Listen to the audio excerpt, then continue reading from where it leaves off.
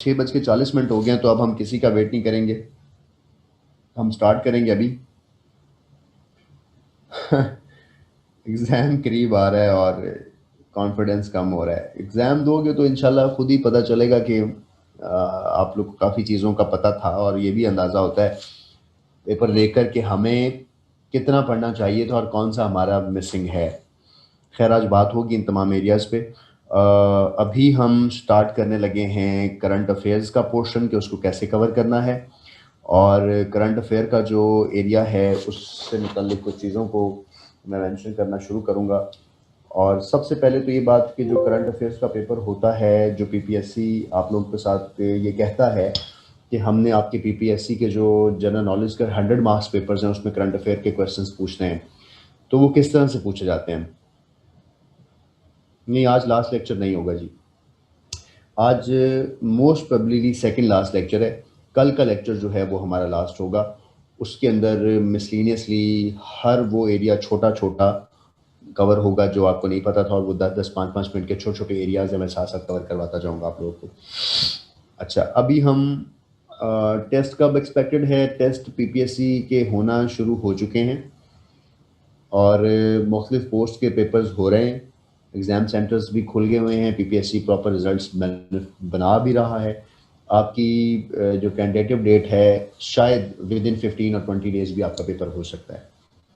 इसलिए 20 दिन से पहले पहले एट लीस्ट अगर आप बहुत जल्दी भी कुछ करना चाहते हैं तो सिर्फ ये कर लीजिए कि जो पास पेपर्स हैं वो सारे अच्छे से कर चुके हों आप, और जो भी मटेरियल नोट्स आपके पास हैं उनको अच्छे से गो थ्रू कर चुके हों आप। That's it. कुछ चीज़ों का जिक्र मैं आज करूँगा, उन चीज़ों को भी हम साथ साथ एलेबोरेट करेंगे और देखेंगे कि वो क्या होती हैं, और उन पर बात मैं करूँगा। सबसे पहले करंट अफेयर पे हम बात कर रहे हैं, इसको देखिए कि ये क्या है। करंट अफेयर का पेपर इम्पॉर्टेंट क्यों है, या करंट अफेयर का एरिया क्या है, और क्या हमें करंट अफेयर की तैयारी करनी चाहिए। तो इन 3-4 चीज़ों पे मैं बात करूँगा, साथ साथ आपको बताऊँगा कि इन एरियाज़ का हमें फ़ायदा क्या और हम किस तरह से अपने पेपर में जा रहे होते हैं। आप सब लोगों ने अच्छा जीके तैयार किया होगा, लेकिन जैसे ही हम इस बार बच्चा कर लीजिएगा पेपर, जब हम क्लास एंड करें उसके बाद, तो जब हम अपनी क्लास जब हम अपनी तैयारी कर रहे होते हैं तो जो हमारी जनरल नॉलेज पे ग्रिप है और हमें जो उसके बारे में कॉन्सेप्चुअल अंडरस्टैंडिंग है वो बहुत अच्छी होती है। 100 नंबरी बच्चों की तरह हमें चीज़ें क्रैम भी हुई हुई होती हैं, हमें चीज़ें याद भी हुई हुई होती हैं। एक फिनोमिनन आपसे डिस्कस करूं कि जब आप सिर्फ पढ़ते हैं तो आप इंटरेस्ट से चीज़ों को लर्न करते हैं, उनका नॉलेज लेते हैं, और आपको इन्फॉर्मेशन गेन करना अच्छा लगता है क्योंकि उससे आपकी पर्सनैलिटी में कॉन्फिडेंस आता है। लेकिन जब तक हम किसी एमसीक्यूज़ की बुक में से एमसीक्यूज़ के लिखे हुए पेपर पे छपे हुए लफ्ज़ों को आंखों से देख नहीं लेंगे ना, हमें उस लफ्ज़ का अक्स हमारा ब्रेन याद नहीं करता है। कुछ एमसीक्यूज़ इस तरह से हैं कि जस्ट उसका आपको क्वेश्चन नज़र आएगा और उसका आंसर आपको बोलना भी नहीं आएगा।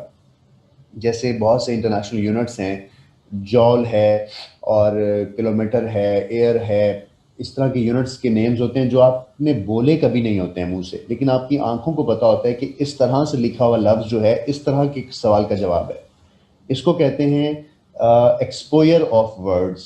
तो जितनी आप अपनी जीके की तैयारी डिस्क्रिप्टिव कर लेंगे, तैयारी को सुन के कर लेंगे, कॉन्सेप्चुअल कर लेंगे, रीडिंग से कर लेंगे, क्योंकि आपका पेपर एमसीक्यूज पे होना है, तो आप जब तक एमसीक्यूज पास पेपर्स नहीं देखोगे तो आपके 10 से 15% तैयारी एक्सपोयर ऑफ वर्ड्स के साथ होनी है। आपको वो वाला क्वेश्चन जो आपकी आंखों में बार बार आ रहा होगा, 5-6 पेपर्स में रिवाइज हो रहा होगा, हो सकता है कि उसके जवाब का कॉन्सेप्ट आपके पास ना हो सकता है उसके क्वेश्चन का कॉन्सेप्ट भी आपके पास ना हो, राइट। लेकिन आपके दिमाग ने उस चीज़ को याद कर लेना है कि अगर ये सवाल होगा इसका जवाब यही होगा। तो इस तरह के जो एमसीक्यूज हैं वो एरियाज होते हैं जो ग्रे एरियाज होते हैं, और हम उनको आइडेंटिफाई नहीं करते हैं, और ऐसे क्वेश्चंस जो हैं वो शायद मेरी कोशिश तो ये रही कि जनरल नॉलेज के सारे पेपर्स में चीज़ों में मैं आपको वो एरियाज कवर करवाऊं, लेकिन ज़ाहिर है फिर भी कुछ एरियाज मिसिंग होते हैं, और वो एरियाज हमें इस तरह से पते होते हैं।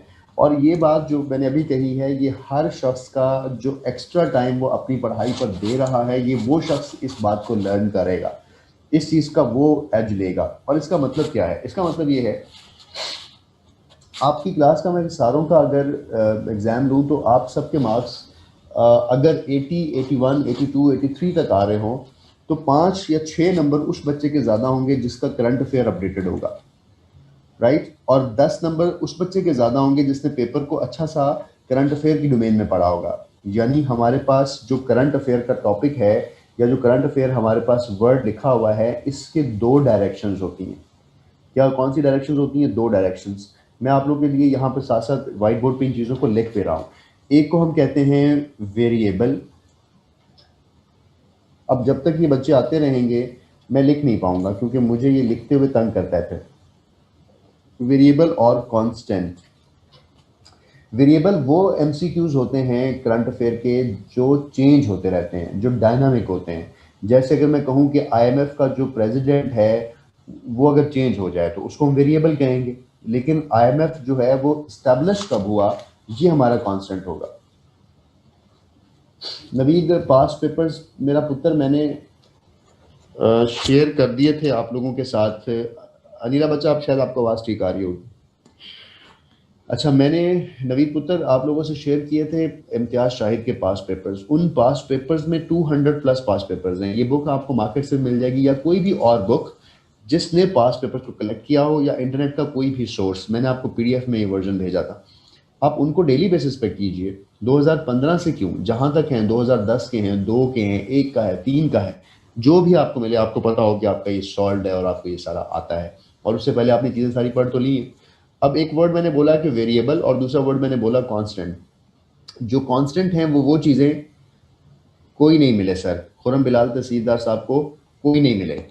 खुरम बिलाल साहब आप मिस्टर फरहान और ज़ईम से पूछिए, जो जो सब इंस्पेक्टर के बच्चे हैं, अपने सीआर से पूछें कि क्यों नहीं मिले भाई हमें। अगर आप उस ग्रुप में हैं तो फिर उस ग्रुप में तो सबको मिले हैं। तहसीलदार के बच्चों को पेपर्स नहीं मिले क्या, पास पेपर्स? ज़ईम कह रहे हैं मैंने शेयर किया था। हाँ मिले हैं। इस बेचारे बच्चे को बता दो कि जब ये भांग पीकर सो रहा था तो उस वक्त हमने क्लास में शेयर करवाए थे। नहीं मिले सर। हाँ लिंक मिल गया था, पेपर नहीं मिले थे जी। ऑलराइट, मिल गए हैं, बस वापस आओ। कांस्टेंट का मतलब ये होगा कि ऐसी एमसीक्यूज जो डेफिनेट हैं, जिन जो चेंज नहीं होने हैं, वो वहीं रहेंगे। जैसे एडीबी, एफबीआई, आईबी का इदारा कब मार्ज़ वजूद में आया, तो वो तो डेट चेंज नहीं होगी ना। हाँ, उसका मौजूदा जो हेड ऑफ स्टेट है या उसका मौजूदा जो हेड है या जो उसका मौजूदा सीईओ है उसका नेम चेंज होगा, तो दिस इज कॉल्ड वेरिएबल।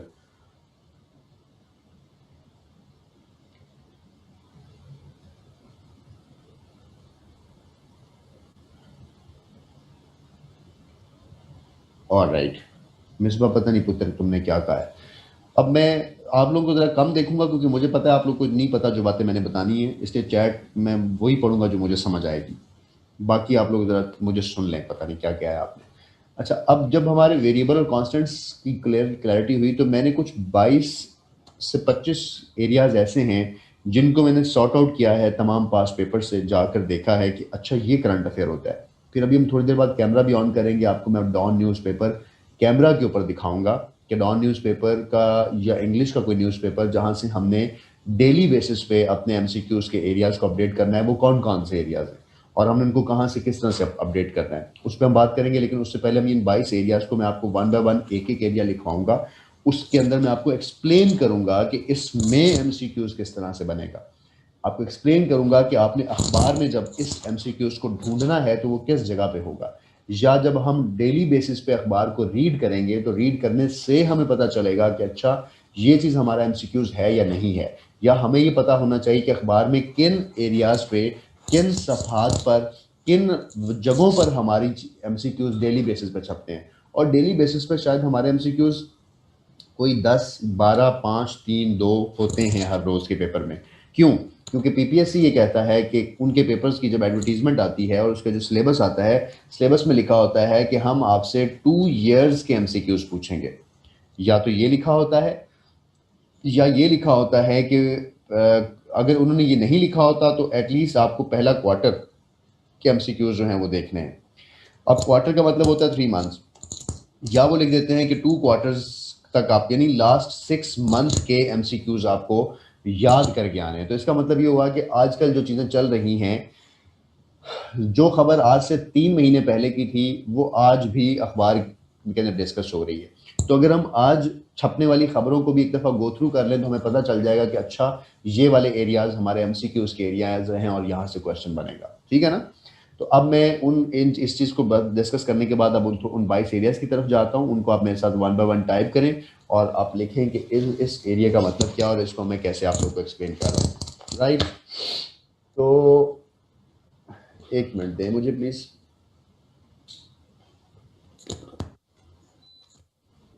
चलिए पहला एरिया है हमारा। क्यों यार ये बच्चे तंग कर रहे हैं मुझे। हेड क्वार्टर्स चाहिए तो ये है कि इसके बाद मीटिंग ही लॉक कर दें। हेड क्वार्टर्स ऑफ एजेंसीज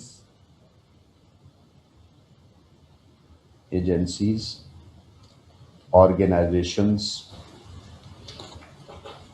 ठीक है। अब ये जो मैंने जी मैं चैट ऑफ कर देता हूँ, आप बस मुझे सुने, मैं कोशिश करूँगा कि रेलिवेंट ही रहूँ और इस पर जल्दी ख़त्म करूँ क्योंकि इट टेक्स टाइम।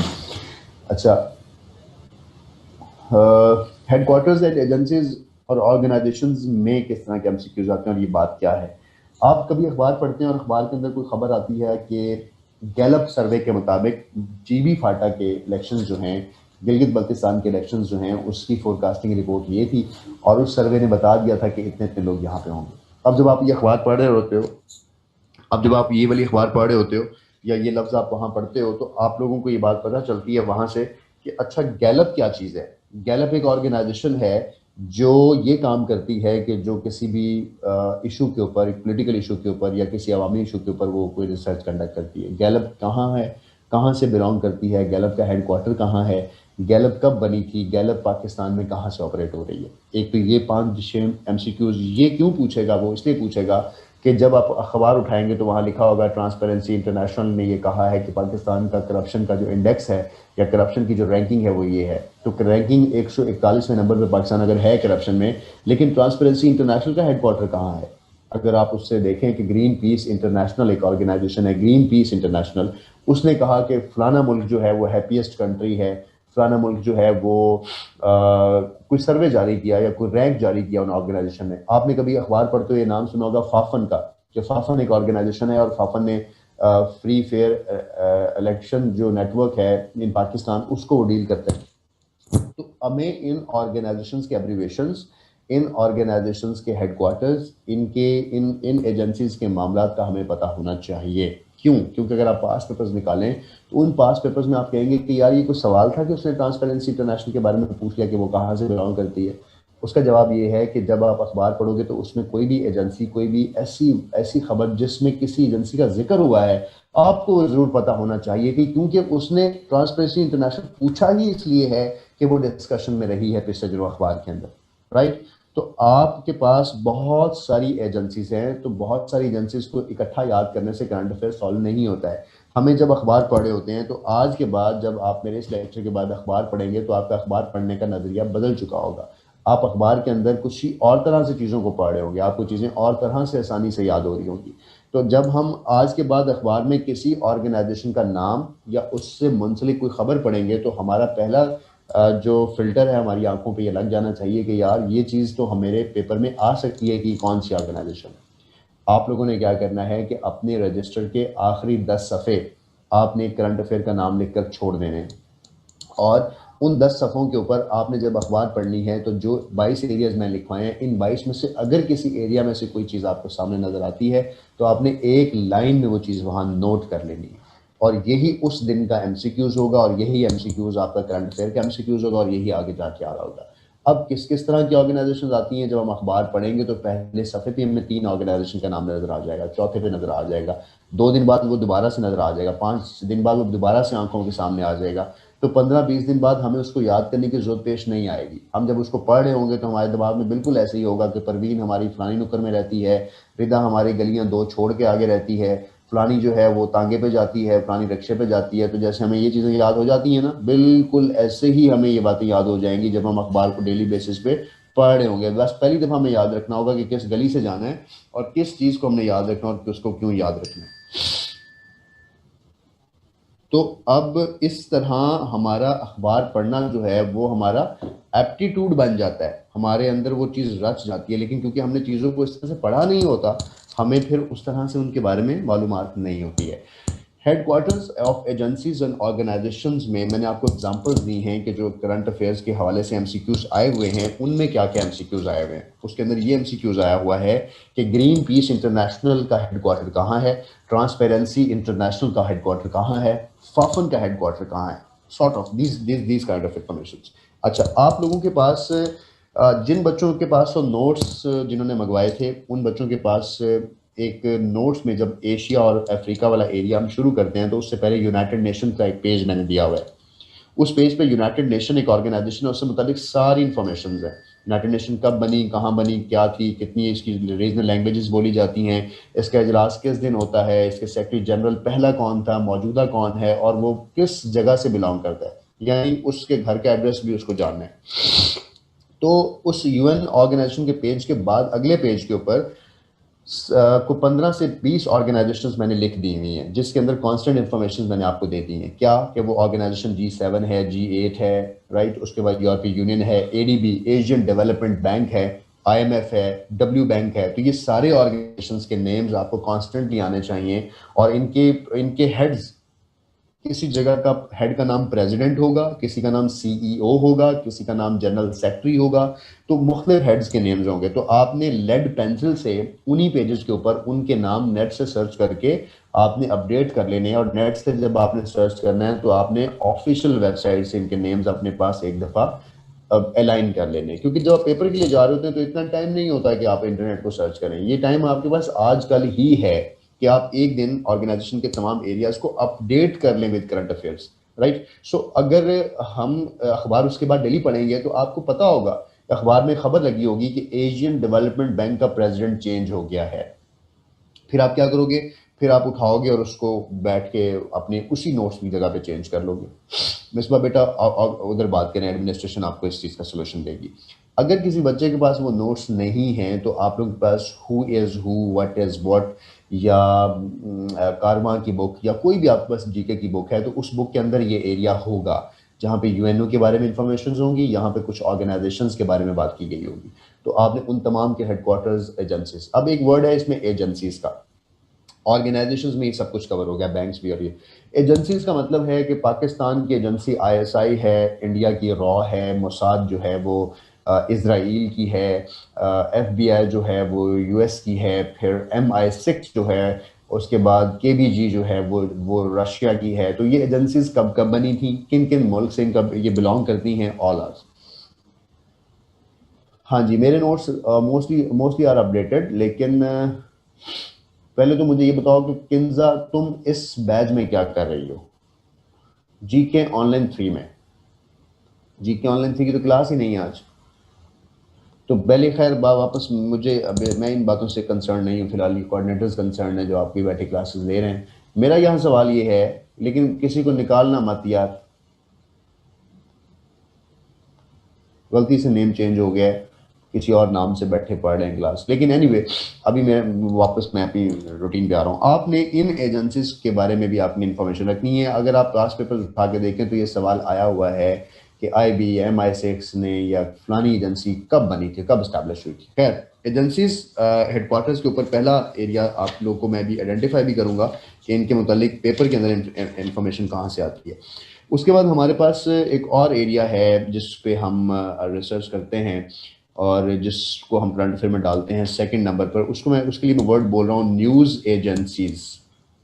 अब न्यूज़ एजेंसीज जो हैं वो नेशनल भी होती हैं और इंटरनेशनल भी होती हैं। बहुत मज़े की बात है कि जब आप अखबार पढ़ते हैं तो आप शायद पहले इस चीज़ को बॉदर भी ना करते हो कि जब कभी किसी खबर को पढ़ रहे होते हैं तो उसके शुरू के अंदर लिखा होता है इस्लामाबाद, कराची, और साथ में स्लैश लगी होती है और एक नुमाइंदे का नाम लिखा हुआ होता है। तो ये जब आप जंग न्यूज़, दुनिया न्यूज़, या खबरें, या औसाफ, या नवाए वक्त में से कोई अखबार सामने रखते हैं तो आपको पता लगता है कि ये खबर है कि फ़लाँ मुल्क ने फ़लाँ पे हमला कर दिया। उसके खबर शुरू होने से पहले एक ब्रैकेट में कुछ लिखा गया होता है। वहाँ पर अगर आप इंग्लिश न्यूज़पेपर पढ़ें तो लिखा होगा कि इरना स्लैश नेशनल न्यूज़, आगे कॉमा बंद और आगे खबर शुरू हो जाएगी। जो IRNA है, इरना, ये क्या है? तो ये एक न्यूज़ एजेंसी है ईरान की जिसने कोई खबर ली होगी और पाकिस्तान न्यूज़पेपर ने वहाँ से खबर उठा के यहाँ लगा दी। जैसे अगर अगर यूनाइटेड स्टेट्स में कोई खबर लगे तो वो यूं लगेगी, जंग न्यूज़पेपर पाकिस्तान ब्रैकेट और आगे उन्होंने खबर दे देंगे कि ये जंग न्यूज़पेपर से हमने उठाई है पाकिस्तान। तो जंग तो पाकिस्तान के आपको पता है। अब ये है न्यूज़पेपर का नाम, इस तरह से न्यूज़पेपर जहां से छपते हैं उनके कोई नेम्स होते हैं, कुछ कुछ ममालिक की एजेंसीज के नाम मुख्तलिफ हैं। तो न्यूज़ एजेंसीज के नेम्स आपको अखबारों में, जो न्यूज़ एजेंसीज जिन न्यूज़ एजेंसी से खबर अखबारें ले रहे होते हैं आजकल, उनके नेम्स आपके एमसीक्यूज में वो डालते हैं। तो आपको ये बात नहीं पता होती कि आप न्यूज़ एजेंसीज को क्यों याद कर रहे हैं। आपने वो न्यूज़ एजेंसीज याद की होती हैं जो आपके पास कॉन्स्टेंट में लिखी हुई होंगी। आपने वो न्यूज़ एजेंसीज याद की होंगी जो आपके पास नोट्स में मौजूद हैं। लेकिन यस, बीबीसी भी आ सकता है, लेकिन कभी कभी कोई ऐसी न्यूज़ एजेंसी भी खबर देती है या हमारे मुकामी अखबार खबर उन न्यूज़ एजेंसी से उठाते हैं और वो हमारे अखबारों की जीनत बनी हुई होती है। और जब आपका करंट अफेयर का पेपर में एमसीक्यूज बनाने होते हैं तो वो करंट अफेयर के अखबारों से इन चीज़ों को देख रहे होते हैं और उनकी आंखें इन जगहों पे होती हैं और वहाँ से वो उस टाइम जो नाम आया होता है वो लिख लेते हैं। अब जब आप कोई भी खबर पढ़ेंगे तो आपने क्या करना है, आपने सिर्फ उस वक्त देखना है कि अगर किसी एजेंसी का नाम लिखा गया और लिखा होगा कि according to IRNA this news happened और ये कुछ हुआ, right, according to yes APP या कुछ भी इस तरह के नेम्स आपको नजर आएंगे अखबारों के अंदर। और अब आपकी नजरें इन पर रुकेंगी क्योंकि ये आपका सवाल है। यहाँ पे आप पढ़ोगे तो आपको इनका एब्रीवेशन आना चाहिए, ये पता होना चाहिए न्यूज़ एजेंसी कहाँ से बिलोंग करती है। दो तरह की न्यूज़ एजेंसीज आप नोट करेंगे, पाकिस्तान की न्यूज़ एजेंसीज जिनको हम नेशनल न्यूज़ एजेंसीज कहते हैं, एक इंटरनेशनल न्यूज़ एजेंसीज होती हैं और आपके अखबारों के अंदर ये लिखी हुई होती है। तो हमने न्यूज़ एजेंसीज को कॉन्स्टेंटली में तो याद करना ही होता है कि फ़लाँ मुल्क की फ़लाँ एजेंसी, फ़लाँ मुल्क की फ़लाँ एजेंसी, लेकिन करंट अफेयर में हमने उस न्यूज़ एजेंसी को ज़रूर देखना होता है जो हमारे कॉन्स्टेंट में नहीं लिखी हुई और हमने उसको उठाकर अपने कॉन्स्टेंट का हिस्सा बनाना होता है और हमने इसको डेली बेसिस पे देखना होता है। तो आपको भी ये बात आज पता चलेगी कुछ बच्चों को पहली दफ़ा कि अच्छा, तो ये जो खबर हम पढ़ रहे हैं ये पाकिस्तान ने नहीं दी बल्कि फलां मुल्क के न्यूज़पेपर से उठाई है। तो ये बात आपको याद आ जाएगी ना कि वो जो परवीन उस गली में रहती है ये उसकी बात हो रही है, तो इरना जो है वो ईरान की बात हो रही है, तो जो एपीपी है फलां मुल्क की बात हो रही है। तो आपको इस तरह से आपका एप्टीट्यूड डेवलप हो जाएगा और आपको ये चीज़ें याद रखने की जरूरत नहीं होगी। फिर चैनल्स भी आते हैं, न्यूज़पेपर्स भी आते हैं। नवीद, जब मैं अपना सारा भाषण दे लूँगा ना कि ये 22 एरियाज में सवाल आते हैं, उसके बाद कुछ ऐसे एरियाज भी बता दूंगा जहाँ से डेली बेसिस पे अपडेट्स आपको मिलती रहेंगी और वो आप लोगों को सारों को पहले से ही पता है। और इन न्यूज़पेपर से आप लोग जो भागना चाहते हैं वो बेसिकली 5 से 10 नंबर्स लेना नहीं चाहते एक्स्ट्रा, क्योंकि आप डिपेंड करेंगे कांस्टेंट मटेरियल पर। वेरिएबल में जो बच्चा खेलेगा, आगे जाके मैं कुछ एरियाज बताने वाला हूँ कि जो आपके कांस्टेंट के जवाब वहीं से बना रहा होता है न्यूज़ से। जिस बच्चे ने न्यूज़ को मिस किया वो कंपटीशन से बाहर हो गया। अगर आपने किसी शख्स से लड़ने का मुकाबला करने के लिए जाना है, किसी रिंग में उतरना है, किसी स्टेज पर आपने उसका मुकाबला करना है, तो अगर उसके पास तलवार है तो आपके पास भी तलवार होनी चाहिए। और अगर आप बगैर तलवार के जाएं कि वो मुझसे उठाई नहीं जाती या न्यूज़ मुझसे पढ़ी नहीं जाती और आप बगैर तलवार के जा रहे हैं मैदान में, तो आप पहले दिन ही हारने से जा रहे हैं, आपने तैयारी ही हारने की है। तो इसलिए जब हम एरियाज आइडेंटिफाई कर रहे हैं आपको कि this is the competition, go with competition और don't lose the any area जिस एरिया पे क्वेश्चन बन रहा होता है और जिस एरिया से क्वेश्चन लोगों को दे रहे होते हैं। Whatever I am discussing to you, it's all about the examiners जिन्होंने आपके पेपर्स बनाए हैं, उनसे हम लोग इन चीज़ों को इन्फर करते हैं। उनसे डिस्कशन के बाद आप लोगों के साथ ये चीज़ें सारी शेयर कर रहा हूँ। उसके बाद न्यूज़ एजेंसीज के बाद आगे चलें तो एक लफ्ज़ है एयरलाइन, एयरलाइंस। अब एयरलाइंस के साथ एक पूरा लफ्ज़ मैं ऐड कर रहा हूँ। एयरलाइंस में एविएशन इंडस्ट्री पूरी क्या है यार, एयरलाइंस में एविएशन जो हमारी एविएशन है और इसके साथ एयर ट्रैफिक। एयर ट्रैफिक क्या है? अब एयर ट्रैफिक या एविएशन या एयरलाइंस के सवाल अखबार में किस जगह आते हैं? एयरलाइंस जो हैं आपने पढ़ी होंगी कि ब्रिटिश एयरवेज जो है वो बरतानिया की है, लेकिन उसके तो नाम में ही ब्रिटिश लगा हुआ है तो हमें फ़ौरन याद हो गया ना कि बरतानिया की है। कुछ एयरवेज ऐसी हैं जिनके नामों से जाहिर नहीं होता है कि ये एयरलाइन किस मुल्क की है। एक तो आपने सिर्फ वही याद करने हैं। तो वो जो नोट्स आप लोग के पास आए हैं उनके अंदर मैंने सिर्फ 15 से 16 वही एयरलाइंस को सॉर्ट आउट किया जिनके नामों से नहीं पता चलता कि वो कौन सी एयरलाइंस है। कल जब मैं आपको मिसलिनियस करवाऊंगा तो एयरलाइंस के अंदर कुछ मिसलिनियस आपको हैंडल करवाऊंगा कि ये मिसलिनियस इस वजह से वो एग्जाम में डालता है और ये यूं आते हैं। तो एयरलाइंस में चीज़ें वहाँ पर ज़्यादा एलैबोरेट करूँगा। लेकिन अभी एयरलाइन से मुतल्लिक दूसरी चीज़ क्या आती है, हमें जैसे इस बच्चे ने कंतास लिखा है, इस तरह लुफ्थांसा है, इस तरह फिजी है, इस तरह कैथे पैसिफिक है। तो इस तरह के जो एयरलाइंस के नेम्स हैं उनके अंदर से जाहिर नहीं होता है कि किस मुल्क से बिलोंग करती हैं। एक तो ये बहुत ज़रूरी आएंगी। दूसरी, एयर ट्रैफिक या एविएशन से मुतल्लिक इस तरह के एमसीक्यूज आते हैं कि एविएशन इंडस्ट्री जो है वो इस एरा के अंदर ग्रो हो रही है, और आपकी अखबार में हर महीने दूसरे महीने किसी क्वार्टर में ये खबर ज़रूर होती है, खुदा न खास्ता कोई जहाज़ कहीं गिरा है, वो जहाज़ कौन सा था, 380 था, बोइंग था, 777 था, किस मुल्क की एयरलाइन थी। एक तो ये बात, वो जो जहाज़ है वो जहाज़ चाइना ने दुनिया का सबसे बड़ा कार्गो जहाज़ बनाया, उसका नाम क्या है। ओके, इस तरह के एमसीक्यूज आएंगे। पाकिस्तान के अंदर रिसेंटली एक एयरलाइन ने अपना ऑपरेशन स्टार्ट किए हैं जिसका नाम है वर्जीनिया। वर्जीनिया पाकिस्तान में कब लैंड हुई है पहली दफ़ा, एक ये बात। और नहीं, वर्जीनिया ब्रिटिश एयरलाइन है। तैयब, जो एयर सयाल है वो तो पाकिस्तान ने खुद स्टार्ट किया है ना। एक एयरलाइन है जिसने पाकिस्तान से अपने ऑपरेशन स्टार्ट किए हैं, यानी पाकिस्तान से अपनी फ्लाइट स्टार्ट की हैं। और वर्जीनिया कहाँ से बिलोंग करती है, वर्जीनिया इसका ऑनर कौन है, वर्जीनिया किस इस्टेब्लिश कब हुई थी, वर्जीनिया के कौन से तैयारों ने पाकिस्तान के अंदर लैंड किया था, कौन से दो शहरों में पाकिस्तान में लैंड कर रही है, ये वीक में कितनी दफ़ा पाकिस्तान में आएगी। तो जब आप किसी जगह पे अखबार के अंदर ये खबर पढ़ोगे तो आपके दिमाग खुद ही इस बात की तरफ जा रहा होगा कि अच्छा यार ये एमसीक्यूज आना है। जब आप अखबार में छपा हुआ ये एमसीक्यूज पढ़ोगे कि पाकिस्तान और चाइना जो है ML1 रेलवेज ट्रांसपोर्टेशंस रेलवे को तरक्की देना चाहता है, और ML1 खड़ा स्टार्ट किया जा रहा है, और ML1 जो है उस प्रोजेक्ट की जो लेंथ है वो ये है। तो उसकी 7-8 लाइन जो अखबार में छपी होंगी वो सारी आपके अपडेटेड एमसीक्यूज होंगे। अब रेलवे में से जब उसने सवाल बनाना है उसने ML1 से बनाना है। रादर कि आप पेपर की रात बैठकर करंट अफेयर देखो या किसी ऐसी वेबसाइट से चीज़ें देखो जिसने कुछ चीज़ें छोड़ दी हो, राइट।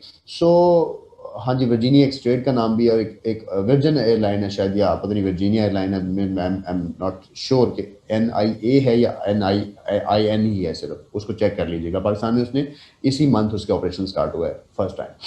अच्छा, अब इसी तरह जो एयर ट्रैफिक है या एविएशन में कोई मिसाइल बन रहा है, फलाने मुल्क ने फलाना मिसाइल बना लिया, फलाने मुल्क ने फलाना ड्रोन बना लिया, फलाने मुल्क की फलानी सैटेलाइट टेक्नोलॉजी बन गई, पाकिस्तान ने फलाना सर्वर खरीद लिया, पाकिस्तान चाइना के साथ सर्वर खरीद रहा है, इंडिया जो है वो US के साथ अपने सर्वर्स बना रहा है। तो अखबारों में एविएशंस के ऊपर, एयर ट्रैफिक के ऊपर, एयरलाइंस के ऊपर भी खबरें आ रही होती हैं जो हमारे पेपर्स का हिस्सा बनते हैं। तो इन 3 एरियाज जो अभी तक मैंने आइडेंटिफाई किए हैं, यहाँ से एक एक दो दो क्वेश्चंस आपके MCQs के हवाले से बन रहे होते हैं, राइट। आगे चलते हैं, कुछ और एरियाज दिखाता हूँ। अच्छा, एयर ट्रैफिक एयरलाइंस के बाद हमारे पास एक और एरिया आता है जिसको हम कहते हैं, आप लोग ये सारे एरियाज पढ़ के आए हो, स्ट्रेट्स, बेज, ये मैं एक ही जगह लिख रहा हूँ सारे, बेज, आइलैंड्स, राइट। उसके बाद गल्फ, ये तो आप क्योंकि मेरे साथ पढ़ के आए हो, लेकिन हमें पहली बात तो कांस्टेंट इनके पता चल गया ना कि हैं क्या क्या और हैं कहाँ कहाँ। लेकिन जो इनमें से न्यूज़ में डिस्कस होगा, जो बे जो है बहुत डिस्कशन में आ गया, किसी बे पे कोई हमला हुआ, किसी आइलैंड का नाम पे कोई इवेंट हुआ, किसी गल्फ में कोई एक्टिविटी हुई, किसी स्ट्रेट पे कोई दो मुल्क आपस में लड़ रहे हैं, इस तरह के MCQs अगर आप अपने अखबार देख रहे होंगे तो वहाँ पे आपको गल्फ, आइलैंड, बे, स्ट्रेट्स के नाम से चीज़ें नज़र आ रही होंगी। और वहाँ पर अज़रबैजान और जो आर्मीनिया की जंग के हवाले से जो गल्फ, स्ट्रेट, सीज़ और इन इन पहाड़ियों का जिक्र हो रहा है, वही तो आपके MCQs में से उसने देना है। तो उसके पास ईजी एरिया, और GK मीन्स एवरीथिंग, यानी वो ये ज़रूरी नहीं है कि वो उसको करंट अफेयर से रिलेट करे, लेकिन अगर अगर जो चीज़ आपके करंट अफेयर में आ रही है आपके GK में से, उसका करंट पोर्शन तो वो पूछने का पाबंद है ही है, लेकिन वो उसको एज अ GK भी तो आपसे पूछ सकते हैं, राइट। तो आपके जो हमारे एरियाज हैं, स्ट्रेट, बेज, आइलैंड, गल्फ, और जितना ज्योग्राफी हम पीछे पढ़ के आए हैं या अभी तक जो GK आपने पढ़ा है, उस सारे को आपने अपडेट करना है। कभी कभी ऐसा होता है किसी समंदर में कोई नया आइलैंड निकल आता है, उस आइलैंड के ऊपर सवाल नहीं किया जाता, उस समंदर के ऊपर सवाल कर लिया जाता है। उसके नज़दीक किसी मुल्क की डिस्कशन हो रही है, उसका कंट्री, उसका कैपिटल पूछ लिया जाता है, क्योंकि वो अखबार की नज़र बन रहे होते हैं, आपके MCQs जो हैं वो वहाँ से ले रहे होते हैं। अच्छा, उसके बाद हमारे पास स्ट्रेट की बात कर ली, बेस की बात कर ली, आगे एक और एरिया है हमारे पास फिफ्थ, और फिफ्थ एरिया के अंदर हमारे पास एक लफ्ज़ है रिसेंटली पब्लिश्ड बुक्स। अब रिसेंटली पब्लिश बुक्स का ताल्लुक 100% किसी न्यूज़पेपर से है और कहीं से आपको नहीं मिलेगा। ठीक है, किस तरह के एमसीक्यूज हैं? अब कभी भी आप अखबार पढ़ोगे तो आपको उस अखबार में उस महीने कोई ऐसी बुक का जिक्र मिलेगा जैसे जो किसी मुल्क के प्रेसिडेंट ने लिखी है, जो किसी पर्सनालिटी ने लिखी है, जो किसी सेलिब्रिटी ने लिखी है, या ऐसी बुक जिसके ऊपर डिबेट हुई हो। आपको याद है कि farmer ISI chief of Pakistan जो थे, उन्होंने क्रॉनिकल्स के नाम से एक बुक लिखी थी, दल्लत जो है इंडियन आर्मी चीफ, उसके साथ मिलकर। तो क्या नाम है उसका, दुरानी, असद दुरानी की बुक, यस। उस बुक के का नाम क्या था, उस बुक का ऑथर क्या था, और ये बुक अखबार में 1-1.5 हफ्ता और इसके अलावा आपके टॉक शोज में रही। राइट, बिल्कुल सी के तला और जईन और बाकी बच्चों को भी ज़ाहिर है इस इवेंट का पता है। मैं कहना ही चाह रहा हूँ कि अब आपके ये इवेंट्स जो हैं, आपके आपके कान खड़े करने चाहिए इन इवेंट्स को, कि भाई ये जो चीज़ मुझे याद करनी है। आप लोग को ये बात याद है कि शाहिद अफरीदी ने एक बुक लिखी है, उस बुक का टाइटल क्या है? तो आपको 4 टाइटल देगा, लेकिन अगर आपने उस बुक को छपने के बाद उसका टाइटल नहीं याद किया, उसका ऑथर राइटर नहीं देखा, उस बुक के पेजेस को नहीं देखा, उसका बुक का रिव्यू नहीं देखा, और ये सारी बातें किसी एक खबर में 5 लाइंस में सब कुछ थी।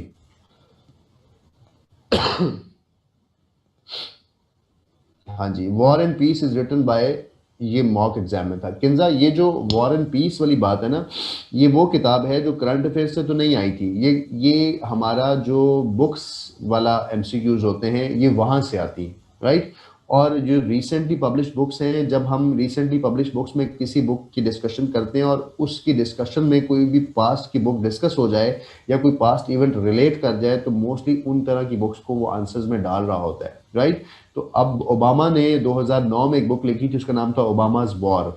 मुशर्रफ ने एक बुक लिखी थी, बिहाइंड दी एनिमी लाइन्स, शायद इस तरह से। अच्छा, मलाला ने एक बुक लिखी है, आई एम मलाला। तो इस तरह से ये जो वर्ड्स हैं सारे के सारे आपके रिसेंट पब्लिक। अब मैं दो बातें मिक्स कर रहे हो आप लोग। अब जैसे बच्चे लिख रहे हैं टूवर्ड्स पाकिस्तान या अल तफसीर, ये वो किताबें हैं जो पुरानी बुक्स हैं या जो लिख चुकी। Leo Tolstoy was Russian scholar और उसकी डेथ हो चुकी। मैं बात कर रहा हूँ रिसेंटली पब्लिश बुक्स के, आजकल क्या पब्लिश हुआ, राइट।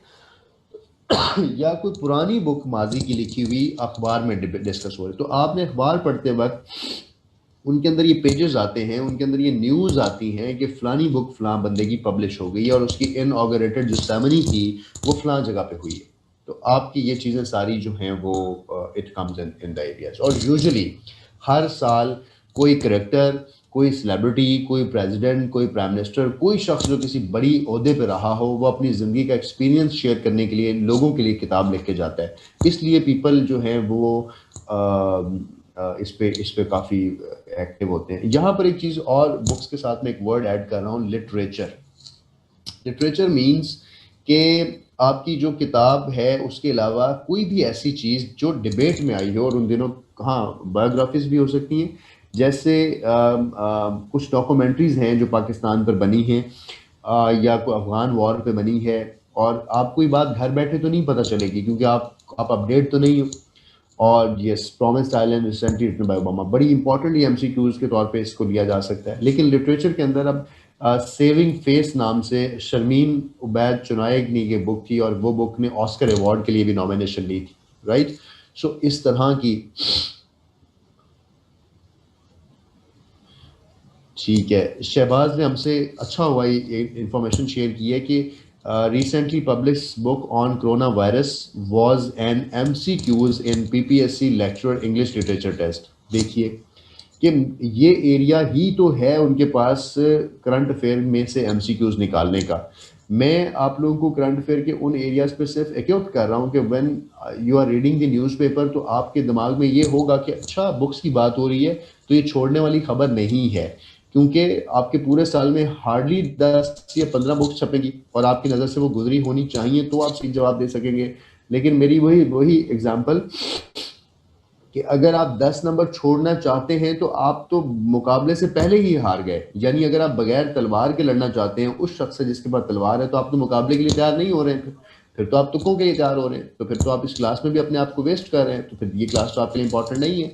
लेकिन हम अब जब इस क्लास को हमने स्टार्ट किया था, आज का लेक्चर थोड़ा डिफरेंट है, जब हमने इस लेक्चर को स्टार्ट किया था, जब हम इस लेक्चर को एंड करेंगे तो शायद हम अपने सोचने के नज़रिए को भी थोड़ा सा बदल चुके होंगे, शायद हम इस चीज़ पे भी नज़रसानी कर रहे होंगे कि अब हमें चीज़ों को यूं नहीं लेके चलना, हमने चीज़ों को यूं लेके चलना है। तो हमें वो लोग याद होना शुरू हो जाएंगे और हमारे ये एप्टीट्यूड के अंदर ये चीज़ें डालनी है मैंने आप लोग के।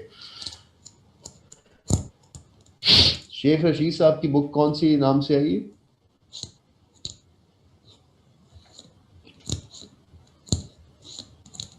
बुक का तो पता नहीं है, बाकी चीज़ें तो आई हैं, लेकिन बुक भी आई होगी। अच्छा, उसके बाद ठीक है, जो कोई किसी लाल हवेली से अक़वाम मुत्तहिदा तक, all right all right all right, ठीक ठीक ठीक ठीक। अच्छा, बस हंसते रहो चुपचाप। अच्छा, अब ये देखो, एक और हमारे पास एरिया है जिसको कहते हैं नोबेल पीस प्राइज। अब ये क्यों हमारे एमसीक्यूज की जान नहीं छोड़ता हर साल और हर एमसीक्यूज के अंदर? इस वजह से कि नोबेल पीस प्राइज का जो इवेंट है वो दुनिया में हर साल होता है। अच्छा, जब ये दुनिया में हर साल होता है तो ये क्वार्टर में हो या किसी 6 मंथ के एमसीक्यूज में हो या 2 ईयर्स के एमसीक्यूज में हो, तो एक एमसीक्यूज वो यहाँ से बनाता है, वो ये एमसीक्यूज बनाता है कि इस साल के जो नोबेल पीस प्राइज मिले हैं वो किस किस को किस किस कैटेगरी में मिले हैं। एक तो ये सवाल बनाता है। दूसरा सवाल ये बना सकता है कि जो नोबेल पीस प्राइज थी इस कैटेगरी के लिए नॉमिनेशंस कौन कौन सी थी। किसी दौर में ऑर्गेनाइजेशन भी कोई नॉमिनेशन में चली जाती है, कभी कोई पर्सनैलिटी भी नॉमिनेशन में चली जाती है, राइट। तो कभी कोई ऑर्गेनाइजेशन पूरी की पूरी, कोई इलाका पूरे का पूरा भी नॉमिनेशन में चला जाता है, तो कभी कभी अनहोनी चीज़ भी नॉमिनेशन में चली जाती है और वो चीज़ आपके न्यूज़ बनती है। ठीक हो गया, बहुत शुक्रिया, थैंक यू। अच्छा, अब हम जाएं ठीक है, हम अगर अब इस तरफ जाएं नोबेल पीस प्राइज के ऊपर, तो उसने एक साल ऐसा सवाल दिया, यानी एक पेपर, पास पेपर्स वगैरह आप रिव्यू करें तो उसने ये सवाल दे दिया, जैसे मैं अभी थोड़ी देर पहले कह रहा था कि वो लाजमी नहीं है कि वो उसका करंट अफेयर बनाए, वो अखबार में छपने वाली उस चीज़ पे कांस्टेंट सवाल भी पूछ सकता है। यानी उसने ये पूछ लिया कि हु वाज द नोबेल, और नोबेल स्टार्ट कब से हुआ, ठीक है, और इसकी कैटेगरीज कितनी थी, तो वो उसके उन एरियाज में भी चला जाता है जो छपे नहीं भी होते। तो नोबेल पीस प्राइज पे बात क्यों हो रही है? क्योंकि हर साल इस पर बात होती है, हर साल अखबार में आता है। तुम लोग अखबार के टुकड़े उठाकर पढ़ो, तुम्हें पता चले कि जब नोबेल पीस प्राइज इनाम अनाउंस होने होते हैं तो उससे 2 महीने पहले ही डिबेट होना शुरू हो जाती है। तो अखबार में तो आ गया, ठीक है। और अगर जब जिन दिनों ये हो रहे होते हैं उन दिनों बहुत डिबेट हो रही होती है, और जब ये हो जाते हैं तो 2 महीने तक फिर टाँटा टाँटा होती रहती है। तो इस सूरत हाल के अंदर हमें अपने जो ये वाला एरिया है 6 नंबर पर, यहाँ से हमें एक सवाल को लाजमी तौर पर कैच करना है। उसके बाद हमारे पास एक और एरिया है जिसको हम कह रहे हैं प्रेसिडेंट्स,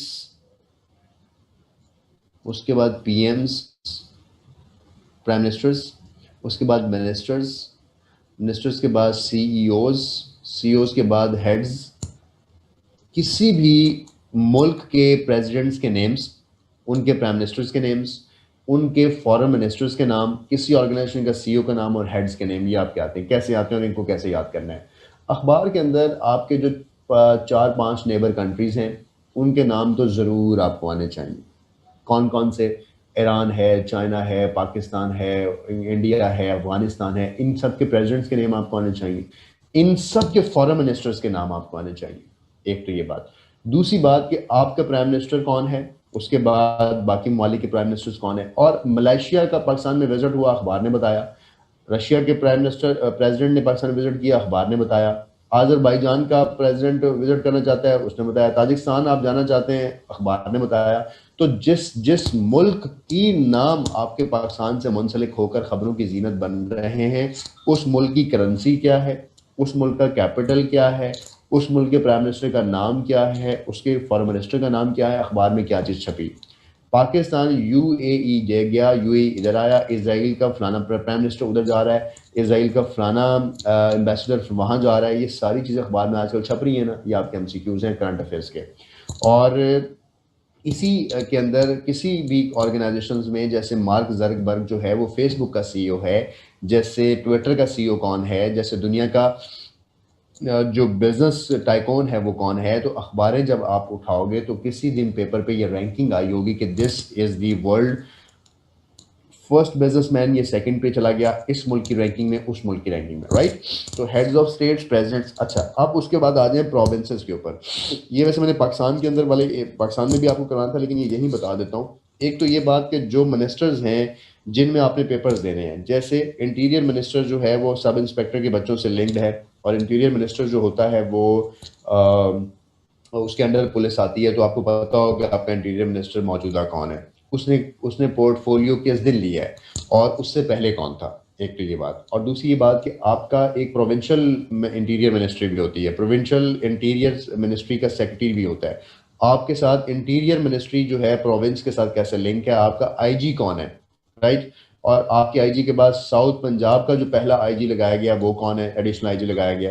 इसी तरह जो तहसीलदार के बच्चे हैं, आपको ये बात पता होनी चाहिए कि आपका जो डीजी रेवेन्यू है वो कौन है, आपके रेवेन्यू मिनिस्टर्स कौन है, आपकी जो पंजाब की हैरारिकी है, किसी भी लिंक से, इवन एलडीए का जिस मौजूदा डीजी डीजी कौन है। तो आपको अपने एरियाज के मिनिस्टर्स भी आने चाहिए, और वो मिनिस्ट्रीज जो डिबेट में हुई हों या जो रिसेंट अपडेट हुई हों कौन सी। जैसे जीबी फाटा के इलेक्शन हुए तो वहाँ नया गवर्नर आया है, उसका क्या नाम है, उसका नया सीएम आया है, उसका क्या नाम है, कौन सी पार्टी जीती है, क्या इलेक्शंस हुए।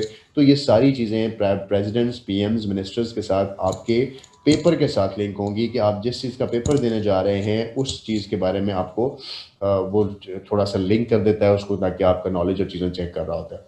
उसके बाद 8वें नंबर पर हमारे पास एक और एरिया है जिसको हम लिख रहे हैं इंटरनेशनल डेज। इंटरनेशनल डेज के अंदर आप लोग को पता है कि एक कैलेंडर है पूरा कि कौन कौन से दिन कौन क्या से चीज़ें होती हैं। यस, न्यू इंटीरियर मिनिस्टर ये है, और इसने किस दिन अपने इंटीरियर मिनिस्ट्री का चार्ज लिया है ये भी आपको पता होना चाहिए। पीडीएम आजकल एक पार्टी है, पाकिस्तान डेमोक्रेटिक मूवमेंट। अब ये बार बार खबरों में आ रही है, और आप पीडीएम पीडीएम कर रहे होते हैं तो सिर्फ एमसीक्यूज ये आ जाएगा, पीडीएम स्टैंड्स फॉर, नीचे 4 ऑप्शन दी होंगी आपको। अगर आपने इस एब्रिवेशन को नहीं क्लियर किया होगा तो आप इसका जवाब मूवमेंट की जगह कुछ और मोमेंटम दे सकते हैं या कुछ और वो लिख सकता है, तो आप उस पर कंफ्यूज होते हैं। अच्छा, अब इंटरनेशनल डेज के अंदर इंटरनेशनल डेज के अंदर जो इंटरनेशनल डेज होते हैं, स्पेशली आजकल जो अखबारों में आ रहे हैं, स्पेशली आपने जिस दिन इस पोस्ट पे अनाउंस किया उस दिन से लेकर जिस दिन तक आपके पेपर होने हैं, 3 मंथ के अंदर अंदर जो सारे इंटरनेशनल डेज आए ये तो ज़रूर करने हैं आपने। उसके बाद आपकी मिनिस्ट्री से रिलेटेड, आपकी जॉब से रिलेटेड कोई डेज हों, पुलिस की खिदमत का दिन कौन सा है, फिर रेवेन्यू डे कौन सा है, अगर इस तरह के कोई दिन हो, राइट। उसके अलावा इंटरनेशनल डेज के अंदर कोई भी ऐसा दिन जिसको अब यूएन ने या दुनिया ने नया दिन के तौर पर मुकर्रर किया हो, और एक जेनेरिक होता है, जैसे मोटे मोटे दिन होते हैं, पोलियो का दिन किसको कहते हैं, ह्यूमैनिटेरियन डे किसको कहते हैं, फादर डे कौन सा होता है, मदर डे कौन सा होता है, कॉमन डेज जो होते हैं उनको आप इसमें ऐड कर सकते हैं, और उसको तो आपको कॉमनली आने चाहिए। और नोट्स के अंदर ये पेज हमारे पास अलहदा से होता भी, और हम इस पे रह भी रहे होते हैं और बात भी कर रहे होते हैं। अच्छा, इंटरनेशनल डेज के साथ एक चीज़ और भी आपने ऐड करनी है कि इंटरनेशनल डेज के अंदर वो कुछ इवेंट्स की तारीखें पूछता है आपसे, राइट। अब जैसे पीडीएम का जो जलसा है वो लाहौर में किस जगह पे हुआ है, मीनार पाकिस्तान में हुआ है, उसकी डेट क्या थी। बिल्कुल इसी तरह का एज इट इज एमसीक्यूज वो आता है। वो आपसे पूछ लेगा पाकिस्तान में फलां जो सेरेमनी है वो फलां जगह पे हुई और उसको क्या बोल, राइट। इस तरह से चीज़ें इससे मुतालिक। और जीबी फाटा का जो इलेक्शन है वो किस दिन हुआ पाकिस्तान में, राइट। सेनेट के इलेक्शन अब पाकिस्तान में होने जा रहे हैं, कब होने हैं, उसकी डेट क्या अनाउंस की है उन्होंने, कितने लोग उसमें हो रहे हैं। तो ये सारी चीज़ें आपको खबरों से और इनसे ये फैक्ट्स स्टोरीज आपको पता चल रही होती। उसके बाद में हमारे पास आगे चलता हूँ।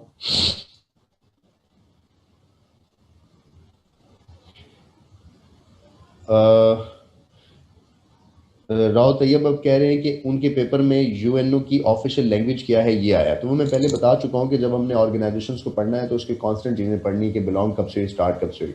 अब आपके पेपर के उन 6 या 4 ऑप्शन के अंदर देखना पड़ेगा कि ऑफिशियल लैंग्वेज में उन्होंने किसी ज़ुबान का नाम नहीं लिखा होगा। जैसे इन्होंने मुबशरा ने हमें जवाब दिया कि 6 लैंग्वेजेस हैं और 6 की 6 ऑफिशियल है। तो वो यही पूछेगा 6 लैंग्वेजेस हैं, 4 ऑफिशियल हैं, 5 ऑफिशियल हैं, कौन सी ऑफिशियल कौन सी नहीं। अच्छा, 9 पे आ जाए तो 9 के अंदर हमारे पास एक और एरिया है जिसको हम कहते हैं स्पोर्ट्स। स्पोर्ट्स जो है ये मैंने आपको पूरी करवानी है। स्पोर्ट्स के ऊपर मैं आपको पूरा अभी से लेकर जितने भी एमसीक्यू स्पोर्ट्स पे आ सकते हैं या वो देता है, वो मैंने आपको पूरे के पूरे लिखवाने हैं, राइट। आधे पौने घंटे का वो पूरा सेशन होगा हमारा स्पोर्ट्स के ऊपर, जितने अभी तक एमसीक्यू स्पोर्ट्स पे आ चुके हैं, और जो उसका प्रॉपर फॉर्मेट आपने बनाना है, जिस तरह से आपने उसको एमसीक्यूज में लेकर जाना है, उस पर मैं बात करूंगा आपको। बिल्कुल, असद ने भी, जैसे हमें एक इन्फॉर्मेशन और दी असद ने हमें, कि एफपीएससी का भी न्यूली अपॉइंटेड चेयरमैन कौन है। अभी एक जाहिद सईद साहब को न्यूली अपॉइंट किया उन्होंने, और मारूफ अफजाल जो था, ही वाज नॉमिनेटेड, और ओथ लेने से पहले पहले उसकी डेथ हो गई है। तो ये आपके हैपनिंग्स हैं, जो इवेंट्स हैं जो इस मुल्क में चल रहे हैं, तो उसके ऊपर चीज़ें आपको अखबार से स्पोर्ट्स के एरिया में छुड़वा रहा हूँ आपको। स्पोर्ट्स के अंदर क्या क्या आता है वो मैं सारे स्पोर्ट्स के एरिया में लिखवाऊंगा, और होपफुली हमारा ये एरिया कल हो जाएगा। तो स्पोर्ट्स में से हमारे एमसीक्यूज आते हैं, और ये बहुत अच्छे तरीके से आपको आना चाहिए। अच्छा, उसके बाद हमारे पास एक और एरिया है, उसको कहते हैं हम इंटरनेशनल यूनिट्स। इंटरनेशनल यूनिट्स क्या हैं? आप अखबार में खबरें पढ़ते हैं और उसमें लिखा होता है कि यूनाइटेड स्टेट्स के जो ऑयल बैरल है, या इंटरनेशनल एजेंसीज में जो यूएस बैरल ऑयल है, उसकी कीमत कम हो गई है। वो आपसे ये जानना चाहता है कि आपको पता है कि बैरल कितने लीटर का होता है, यूएस बैरल कितने लीटर का होता है। शायद मैंने आपको पहले लेक्चर्स में ये करवाया भी था, यूनिट्स। और आपके पास इन इन एमसीक्यूज में आपको ये वाला एमसीक्यूज भी आता है कि यूरो जो है या डॉलर जो है या किसी भी ऐसी मेजरमेंट का जिक्र हो रहा होता है जो आपके खबरों की जीनत बने हुए होते हैं। अच्छा, अब जैसे ये साद ने हमें कहा कि एफपीएससी के टेस्ट में कोविड के मुतालिक 3 क्वेश्चंस थे, तो अगर आप ये कहें कि आप किसी बने बनाए रजिस्टर से कोविड से मुतालिक एमसीक्यूज ले लेंगे तो आप पेपर में सॉल्व कर लेंगे, नहीं ऐसा हो सकता। आप जब कोविड को डेली बेसिस पे खबर के तौर पे पढ़ रहे होंगे तो आपके पास उस टाइम ये बात याद आ रही होगी कोविड के मुतालिक क्या एमसीक्यूज है। नहीं, शाहजेब अली हसनैन ने सही बताया हमें, ठीक है ना। अच्छा, उसके बाद इंटरनेशनल यूनिट्स को हम कलेक्ट करते हैं कि कौन कौन से इंटरनेशनल यूनिट्स की बात हो रही है। आई हेट द गाइज जो इस वक्त वेटिंग में भी हमारे साथ, मैं इससे तंग होता हूँ कि जब मैं लिख रहा होता हूँ और आप वेटिंग में होते हैं, तो मुझसे नहीं लिखा जा रहा था जब तक मैं आपका स्टेटस क्लियर ना करूँ। अब एक और इम्पॉर्टेंट एरिया है इंटरनेशनल कॉन्फ्रेंसेस। सर, हमने तो ये बात कभी नहीं देखी थी, लेकिन आज के बाद आप इसको देखेंगे। कॉन्फ्रेंस हुई है, कोई समिट हुआ है, कोई हाई डेलीगेशन मीटिंग हुई है, अच्छा कोई कॉन्वोकेशन हुआ है। ये जो एमसीक्यूज हैं ये आएंगे, और इसको आपने कैसे पढ़ना है, कैसे याद करना है, इसमें से क्या एमसीक्यूज उसने बनाना है, वो सुन लें मुझसे। यस, बहुत अच्छा किया समीर ने और शुएब ने हमें इस बारे में दिखाया। अब होता क्या है कि सार्क है, एससीओ है, कोई भी रीजनल ऑर्गेनाइजेशन है, या तो उनका कोई समिट होगा, कोई इंटरनेशनल कॉन्फ्रेंस होगी, और इनकी हर साल होनी होती है। हर साल के बाद इनकी कभी कभी कोई हंगामी मीटिंग्स भी आ जाती हैं। एक तो जिसका भी समिट हो, उस समिट के ऊपर बहुत पॉलिटिक्स होती है, यानी उसके अंदर मुल्क इन्वॉल्व होते हैं। आपको ज़रूर पता हो कि अगर एससीओ का समिट हो रहा है तो वो कहाँ हो रहा है, उसको होस्ट कौन कर रहा है, कौन से मुल्क में हो रहा है, किस शहर में हो रहा है, वहाँ पे लिखा हुआ आएगा। अब जैसे जर्मनी के अंदर एक शहर है BONN, बॉन, तो वहाँ पर एक कॉन्फ्रेंस हुई, उसका नाम था बॉन कॉन्फ्रेंस, और एमसीक्यूज में आया हुआ था कि बॉन इज द सिटी ऑफ, आगे लिखा होता है जर्मनी, फ्रांस, कुछ भी। तो ये अब बॉन जिसने पढ़ा है इस खबर को, साथ मुंसलिक है, तो उसको पता है। तो इसका मतलब है जब हम किसी कॉन्फ्रेंस की, किसी मीटिंग की खबर देखेंगे तो हम फौरी तौर पे अलर्ट हो जाएंगे कि हमें इसके बारे में ये जानना है कि ये कहाँ हो रही है। हमें इसके बारे में जानना है कि ये OIC की है, तो ये OIC क्या बला है, कब बनी थी, कितने इसके मेंबर्स हैं। और जो एक बहुत इंपॉर्टेंट एरिया है, आपने कभी ऐसे एमसीक्यूज देखे होंगे जो कि जिनके जवाब 2-2 लाइंस के अंदर होते हैं, वो एमसीक्यूज ये वाले होते हैं जिसमें लिखा होता है कि the recent held meeting of OIC has agenda, और नीचे 4 एजेंडाज लिखे हुए होते हैं, और पूरा लाइन में लिखा होता है वुमेन पॉवर्टी एंड वाटर, नीचे लिखा होता है वुमेन पॉवर्टी एंड सैनिटेशन, उसके नीचे लिखा होता है वुमेन पॉवर्टी एंड क्लाइमेट। तो आपने अगर इस एजेंडा को नहीं कहीं नोट किया, या आपने इस एजेंडा को नहीं पढ़ा है, तो आप तुक्का ही मार रहे होगे इसमें से, और यही वो आपका एक नंबर होगा जो शायद आपको इंटरव्यू की कॉल दिलवा देगा, और यही वो नंबर होगा जो आपको, अगर आपने चीज़ों को नहीं इस तरह से देखा होगा तो फिर नहीं होगा। तो इसका मतलब है कि जब आज के बाद हम अखबार पढ़ेंगे, अखबार में छपी हुई कोई खबर देखेंगे, तो हम उस पर इंटरनेशनल कॉन्फ्रेंसेस, समिट्स, मीटिंग्स को फौरी तौर पे अलर्ट हो जाएंगे, क्योंकि ये बहुत हाईलाइटेड और करंट अफेयर के एक एरिया है जहां से उसने आपको एमसीक्यूज यहाँ से बनाना है कि अभी रिसेंट कौन से इवेंट्स हुए हैं इन दी वर्ल्ड, और स्पेशली जो पाकिस्तान से मुंसलिक हैं, कोई नई ऑर्गेनाइजेशन बन गई मुल्क में, कोई ब्लॉक बन गया, कुछ भी ऐसी चीज़ें तो इस एरिया में आ रही होती है, राइट। 11 के बाद अगला एरिया है हमारे पास, और उसके लिए हम वर्ड लिख रहे हैं इंटरनेशनल पर्सनालिटीज़। इंटरनेशनल पर्सनालिटीज़ किसी भी सेलिब्रिटी, किसी भी पॉलिटिकल लीडर के बारे में, या उसकी डेथ या उसकी डिमाइस या उससे मुतल्लिक कोई भी अगर अचानक चीज़ें हो जाती हैं, कैसे, जैसे एक मुल्क था, उसका प्रेसिडेंट जो था वो बना जो फुटबॉलर था, और वो पॉलिटिशियन नहीं था, लोगों में उसका फेम बहुत था, और शायद if I am not mistaken तो ये या तो जॉर्जिया में हुआ है ऐसा, या किसी car central Asian Republican state में हुआ है, या उज्बेकिस्तान में हुआ है, किसी इन दो में से किसी एक मुल्क में हुआ है। साथ हमें कह रहे हैं कि नामीबिया में हुआ है, अफ्रीका में। वैसे मेरे दिमाग में ये सेंट्रल एशियन रिपब्लिकन स्टेट आ रहा है। ऑलराइट, अगर नामीबिया में है तो दैट्स फाइन। तो क्यों लोगों ने उसको वो फुटबॉलर था। अब इसके ऊपर एमसीक्यूज क्यों आया हुआ था? इसी वजह से आया हुआ था कि किसी भी इंटरनेशनल पर्सनैलिटी जो अखबार में डिस्कस हो जाती है, that comes in current affairs. शायद ये यूक्रेन की बात मैं कर रहा हूँ। जी जी, फुटबॉलर नहीं था, ही वॉज कॉमेडियन, बिल्कुल ठीक, शुएब ने हमें सही बताया, यूक्रेन की ही है बात, बिल्कुल। यूक्रेन जो है वो सेंट्रल एशियन रिपब्लिकन स्टेट्स में आती है।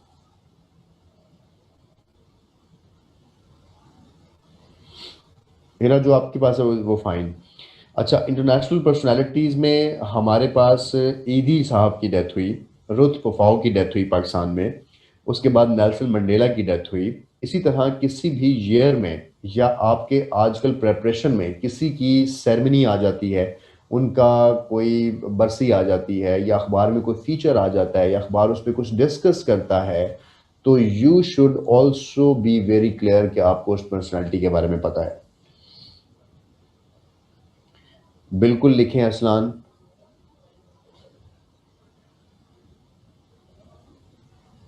अच्छा, बिल्कुल ठीक, खादम हुसैन रिजवी, यस, खादम हुसैन रिजवी। किस एज में उनकी डेथ हुई? अब आप ये सवाल यूं ही याद कर रहे होंगे, लेकिन अगर आप अखबार पढ़ते तो अखबार ने खबर ऐसे लिखी होगी कि 70 साल खादिम हुसैन रिजवी की जो वफात हो गई, और गहरे दुख और गम का इजहार। अब ये जो 70 साल का वर्ड था, ये एमसीक्यूज था। लेकिन आप इस किस पार्टी से बिलोंग करते? तहरीक लब्बैक पाकिस्तान। सो अब इस तरह की जो, और ये बिलोंग किस इलाके से करता था, तो यू शुड नो एवरीवन जो अखबार में डिस्कस हो गया कि उस पर एमसीक्यूज क्या आना है। हाँ जी, शुएब उनकी तो 2013 में डेथ हुई थी, लेकिन मैंने एग्जांपल के तौर पे दिया कि जब जब इन लोगों की डेथ्स हुई हैं, अगर आप उन दिनों में पेपर्स उठा के देखें तो ये करंट अफेयर्स की डिबेट्स थी। अब इंटरनेशनल पर्सनैलिटीज के अंदर एक एस्पेक्ट और भी है। एधी साहब की डेथ जब हुई तो पाकिस्तान पोस्ट ने एक टिकट जारी किया, मलाला के ऊपर पाकिस्तान पोस्ट ने एक टिकट जारी किया। ठीक है, पाकिस्तान की खातून थी जिन्होंने K2 सर्व किया, पे आई थी, उनका नाम था खातून का समरीन या समीना, यस समीना। उसके ऊपर एक टिकट जारी की, नाजिया हसन पे की, यस्मीना बेग। अब इन चीज़ों पे, ये चीज़ें आपको घर बैठे तो नहीं पता चल रही हैं, और इसका टिकट जो जारी हुआ, सवाल क्या आया हुआ था? पाकिस्तान पोस्ट ने कितनी मालियत का टिकट जारी किया? 5 रुपए का, 7 रुपए का, 10 रुपए का, 15 रुपए का? ये एमसीक्यूज है। अब जब आपने इसको पढ़ा ही नहीं होगा, या अगर आपने किसी पर्सनैलिटी को इस नज़र से देखा ही नहीं होगा कि इसके ऊपर एमसीक्यूज बनेगा, तो फिर आपके ब्रेन उस चीज़ को अपडेट ही नहीं करके कहीं से गया होगा। अब ये चीज़ें हम जीके के अंदर तो नहीं पढ़ने वाले हैं, और ना ही जीके के ऊपर, इनके ऊपर कोई फ्रेम्स हैं, ना हमने इसको इस तरह से याद करना है। इसके अंदर वेरी इंटरेस्टिंग चीज़ ये है कि जो अभी आगे मैं जाके आपको बताऊंगा, कि जो 13 के अंदर हम इसको ऐड करते हैं, जो चीज़ मैं बता रहा हूँ कि लार्जेस्ट, स्मॉलेस्ट, अच्छा, लार्जेस्ट स्मॉलेस्ट, उसके बाद रैंकिंग्स, उसके बाद रेटिंग्स। ये जो एमसीक्यूज हैं, दिस इज द एमसीक्यूज जो आपके पूरी जगह पे अप्लाई हो जाते हैं। जैसे हर साल कपास जो है, कॉटन जो है, उसको इंडिया उसका लीडर नहीं है। कभी चाइना उसका लार्जेस्ट प्रोड्यूसर बन जाता है, कभी इजिप्शियन कॉटन बड़ी मशहूर है, कभी इजिप्ट उसका लार्जेस्ट प्रोड्यूसर बन जाता है। अच्छा, इस साल अगर Egypt largest producer of cotton है, लेकिन अगले साल रैंकिंग में वो नहीं होगा क्योंकि वहां पर बहुत फ्लड आया, और फ्लड की वजह से कॉटन नहीं हुई, तो अगले साल की रैंकिंग किसी और के पास चलेगी। ये रैंकिंग कहाँ आती है? जब आप अखबार पढ़ते हैं तो हफ्ते में किसी दिन, महीने में किसी दिन, साल में मुख्तलिफ रैंकिंग्स आती रहती हैं कि इस साल गोल्ड की जो रैंकिंग है वो साउथ अफ्रीका के पास है, इस साल चाइना जो है वो टी बनाने में वर्ल्ड रैंक था। तो आपके पास जो हाईएस्ट लार्जेस्ट की रैंकिंग्स आती हैं, ये वेरिएबल रैंकिंग्स हैं जो आपको अखबार अपडेट करता है और जो आपने खुद अपने पास उस ईयर अपडेट करनी है। आप क्या करते हो? आप ये करते हो, आप 2016 का को पास पेपर पढ़ते हो, उस 2016 के पास पेपर के हवाले से जो आपने रैंकिंग पढ़ी, the largest producer of gold is Liberia for example, तो आप कहोगे लाइबेरिया ही है और आप सारी उम्र लाइबेरिया ही बना के बैठे रहोगे? नहीं, ये हर साल चेंज होने वाली रैंकिंग्स हैं और इनकी रैंकिंग्स आपको घर में अखबार वाला फेंक जाता है और बता जाता है कि दिस इज द एरिया जिसको आपने मिस नहीं करना। अखबार के अंदर बहुत अच्छे अच्छे तराशे आ जाते हैं, अखबार के अंदर बहुत अच्छे अच्छे मैप्स आ जाते हैं, जिन मैप्स को देखने आपका बहुत सा एरिया क्लियर हो जाता है। जैसे कभी कभी अखबार के अंदर 5-10 मुल्कों की ऐसी रैंकिंग आएगी कि आपने उस एरिया को काटना है और अपने नोट्स का हिस्सा बना लेना है ताकि उस ईयर की रैंकिंग है, और जब अगले साल वो दोबारा रैंकिंग चेंज होगी, इंशाल्लाह ताला आप किसी गवर्नमेंट सर्विस का हिस्सा बन चुके होंगे। लेकिन अगर चेंज होती है और आप उस वक्त भी एग्जाम्स दे रहे हैं, तो आप उसी चीज़ जो पुराना था उसके साथ ही आप नया लगा देंगे। तो आप अपनी चीज़ों को अपडेट करें, और ये चीज़ किसी किताब ने, किसी शख्स ने आपके लिए अपडेट करके कहीं भी आपको नहीं प्रोवाइड करनी है। इस चीज़ को सिर्फ मैं आपको आइडेंटिफाई कर रहा हूँ, क्योंकि हम एग्ज़ाम्स की तैयारी जब कर रहे होते हैं तो हम 16, 17, 20, 25 एग्ज़ाम्स देते हैं अपने इस एग्ज़ाम में विन करने के लिए। अब जब हम इसमें विन करने के लिए अपने पेपर्स को साथ साथ अपडेट कर रहे होते हैं, तो हम अपने एरा की तैयारी कर रहे होते हैं। इस वक्त आपके एरा में जिन बच्चों ने गवर्नमेंट की अच्छी सिविल ब्यूरोक्रेसी का हिस्सा बनना है, वो चुपचाप इन्हीं पैरामीटर्स में अपनी तैयारी कर रहे हैं और आपका मुकाबला इन्हीं बच्चों से है। अच्छा जी, टिकट जारी जब किया जाता है तो बेसिकली ट्रिब्यूट ही लेते हैं ना, कि आपको एक ऑनरशिप दी है कि स्टेट ऑफ पाकिस्तान ने आपको ओन किया है, people will know about you, people will memorise you, और आपका जो टिकट है वो हॉल ऑफ फेम के अंदर भी लग जाता है, जहां पर वो मेंशन हो जाता है कि इस शख्स का कोई कारनामा था तो इस पर टिकट जारी हुआ। एक ये चीज़। अब जैसे शाहजेब ने हमारे से एग्जाम्पल शेयर किया कि माउंट एवरेस्ट की हाइट 6 मीटर इंक्रीज होगी, है इतनी इंपॉर्टेंट न्यूज़ है। और जब आप इसको जो आपके पास कांस्टेंट इंफॉर्मेशन है कि इसकी हाइट 88-48 पढ़ते रहे हम, अब 6 मीटर उसमें इजाफा हो गया। क्यों? क्योंकि उसमें ग्लेशियर्स और ज़्यादा चीज़ें उसमें आई, थिंग्स लाइक दिस। अच्छा, अब हमारे पास एक और एमसीक्यूज है। अच्छा, मैं एक चीज़ आपको इंटरनेशनल कॉन्फ्रेंसेज में 11वीं एमसीक्यूज में बताना भूल गया। इसको मैं आपको अब यही बता दूं कि यूनाइटेड नेशन का इजलास हुआ है अभी रिसेंटली। हर साल सितंबर में थर्ड जुमेरात ऑफ सितंबर को जनरल असम्बली यूनाइटेड नेशन का इजलास होता है। ये एक फैक्ट है, ये एक कांस्टेंट इंफॉर्मेशन है। लेकिन जो इस साल हुआ है दैट वाज 74th। असल फिफ्थ था, फोर्थ था? Are you sure it was 75th?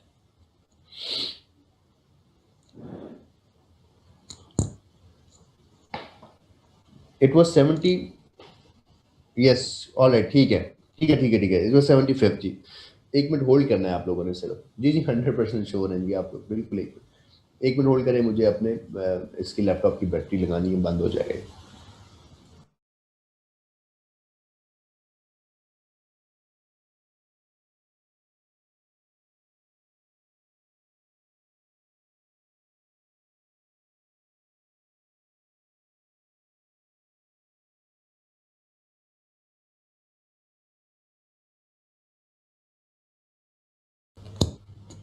जी बिल्कुल ठीक है। तो अब सवाल क्या बना? सवाल ये बना कि जो रीसेंट इजलास हुआ है यूनाइटेड नेशन का, वो कौन सा इजलास था? 75th था। तो जो बच्चों ने न्यूज़ पढ़ी है उनको इस बात का पता लग गया जी वो 75th था।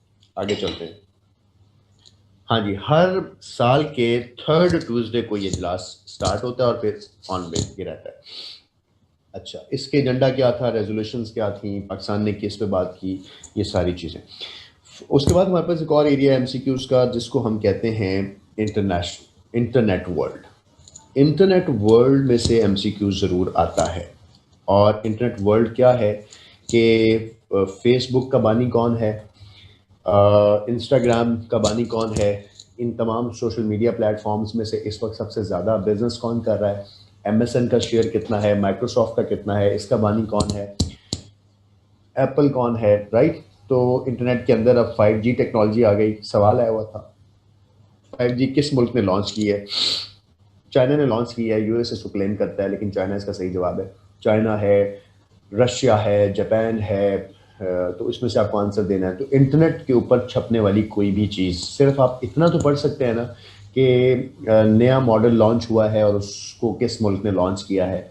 अच्छा, क्या चेंजिंग्स आ रही हैं हमारी डिजिटल वर्ल्ड में, किसी खला के अंदर कुछ सर्वर भेजा गया है, खला के अंदर कुछ एक्सपेरिमेंट्स किए जा रहे हैं जिसके अंदर इंटरनेट की स्पीड्स या इंटरनेट का डेटा सेव किया जा सकेगा। तो इस तरह के जितने भी इंटरनेट वर्ल्ड से यस यस यस, टिकटॉक पे भी आया हुआ था क्वेश्चन। हीरा ने बिल्कुल ठीक कहा कि टिकटॉक किस मुल्क ने बनाई या किस मुल्क की ये ऑर्गेनाइजेशन, टिकटॉक का बानी कौन है, चाइना की है ये। तो इसी तरह वी चैट, अब टिकटॉक पे सवाल क्यों आया हुआ था, इसलिए आया हुआ था ना कि इस पर डिस्कशंस हुई हैं, इसको यूएस ने बैन किया, पाकिस्तान ने बैन किया, अखबार का हिस्सा बना। तो आप लोग सोच भी नहीं सकते थे कि ये आपके एमसीक्यूज में आएगा। क्यों? क्योंकि अखबार ने इसको लिखा था, इसने कोट किया था। तो जितने आपके इंटरनेट वर्ल्ड के सवाल हैं वो आपने अलग से याद करने हैं। हम जल्दी से अगले एरियाज की तरफ जाते हैं कि और कौन से एरियाज हमारे पास आते हैं। हाँ हाँ हाँ, पाकिस्तान ज्योग्राफी, राइट। अब पाकिस्तान ज्योग्राफी को मैं एक ही जगह लिख रहा हूँ, वरना मैं इसको अलग अलग से लिखता हूँ। पाकिस्तान ज्योग्राफी में क्या क्या आएगा, पाकिस्तान के जो प्रोविंसेस हैं उनमें उनके रकबे क्या हैं, पहली बात। उनकी पॉपुलेशन क्या है, दूसरी बात। और ये मैंने आपसे शेयर की भी है अभी डॉक्यूमेंट के अंदर, लास्ट पेज पे चीज़ें हैं कुछ। और उसके बाद जो फाटा एजेंसीज हैं, कौन सी बड़ी कौन सी छोटी, किसका कितना रकबा, ठीक है, इस्लामाबाद का कितना रकबा। अच्छा, उसके बाद आपने पाकिस्तान के अंदर अगर कोई भी डेवलपमेंट हुई है, कोई मोटरवे बनी है, कोई प्रोजेक्ट अनाउंस हुआ है, साहिवाल कोल पावर प्रोजेक्ट्स लगा था, तो उस पावर प्रोजेक्ट को लगाया किसने है, कितनी एनर्जी बनाएगा, दियामिर भाषा डैम की संग बुनियाद रख दिया गया है। पाकिस्तान के अंदर होने वाली कोई भी हैपनिंग, पाकिस्तान की जोग्राफी में होने वाली कोई भी चेंजिंग, पाकिस्तान के गवादर पर बनने वाला कोई भी प्रोजेक्ट, पाकिस्तान के अंदर बनने वाली कोई भी वाटर स्कीम, पाकिस्तान के अंदर होने वाला कोई भी बिल, कोई भी लॉ या bill pass, Zainab alert bill, खवातीन के लिए ऐप, सियालकोट मोटरवे के इंसिडेंट के बाद कौन सी ऐप इंट्रोड्यूस करवाएगी, all happenings in the country of Pakistan comes in your paper.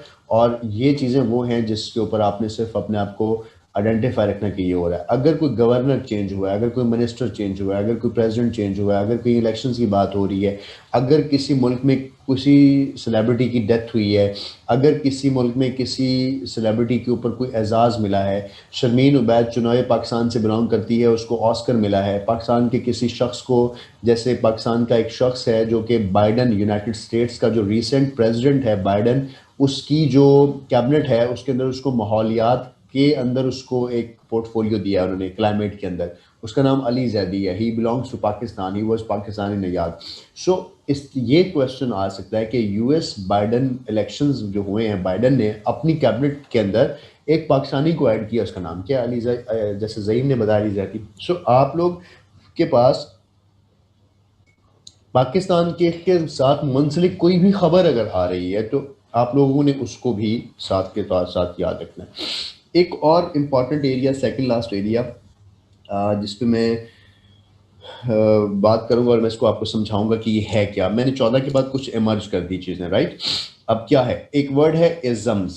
Isms क्या होते हैं? इज़म्स कहते हैं, जैसे मैं कहूँ फेमिनिज्म, जैसे मैं कहूँ कम्युनिज्म, मैं कहूँ सोशलिज्म, और इस तरह की टर्मिनोलॉजीज़। तो जो टर्म्स हैं या टर्मिनोलॉजीज़ हैं या इज़म्स हैं, इनके बारे में इसी तरह से एमसीक्यूज आया हुआ होता है कि ये इसका मतलब क्या है। तो क्या होता है कि हमारी खबरों में ये टर्म्स डिस्कस हुई होती हैं, हमारे आजकल के फिनोमिनन्स होते हैं, जैसे इस्लामोफोबिया एक लफ्ज़ के तौर पर डिस्कस हो रहा है। इस्लामोफोबिया क्या भला है, इसकी डेफिनेशन क्या है? तो अगर हम कोई ऐसा लफ्ज़ अखबार में देखें और पढ़ें तो we should go for that. तो इसके साथ मैं एक बड़ी इंपॉर्टेंट चीज़ ऐड कर रहा हूँ, Latin words. Latin words basically आपने इंग्लिश के अंदर याद करने हैं, इंग्लिश की ग्रामर वाले पोर्शन के अंदर। ये कोई 50 एक लैटिन वर्ड्स हैं जो हमारी इंग्लिश के अंदर हैं, जिनको हम बार बार यूज़ करते हैं। जैसे टॉपसी टर्वी एक वर्ड है, इसका मतलब क्या है?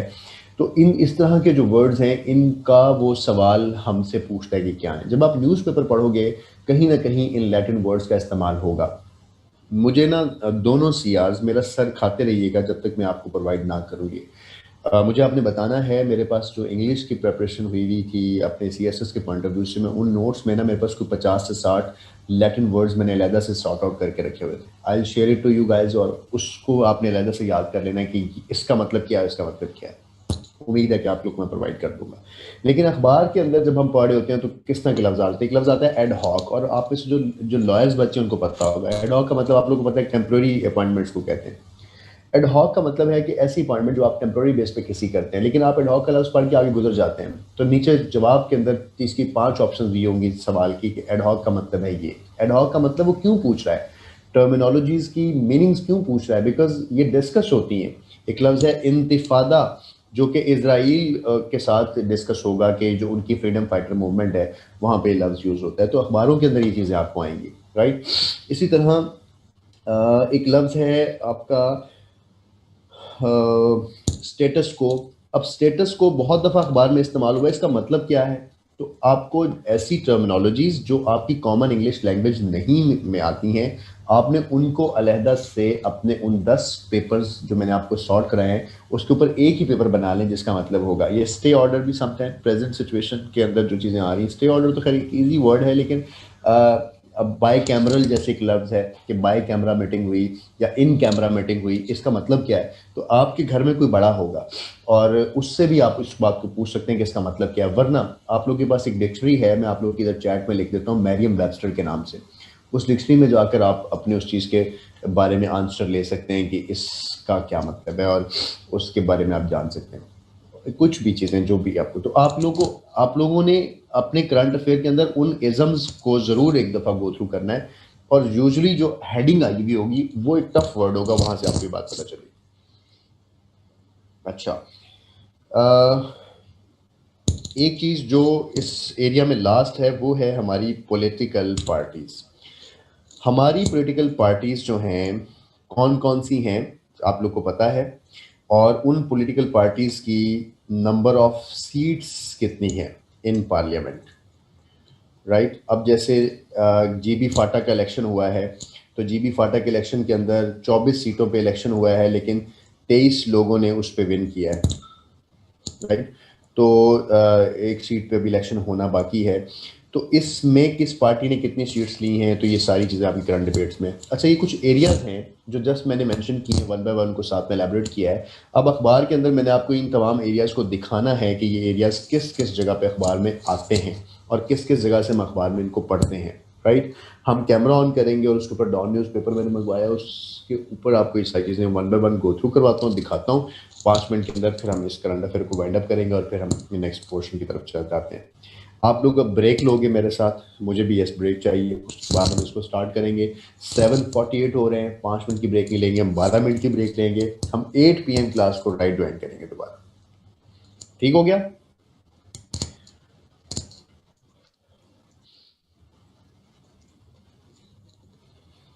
चलें जी।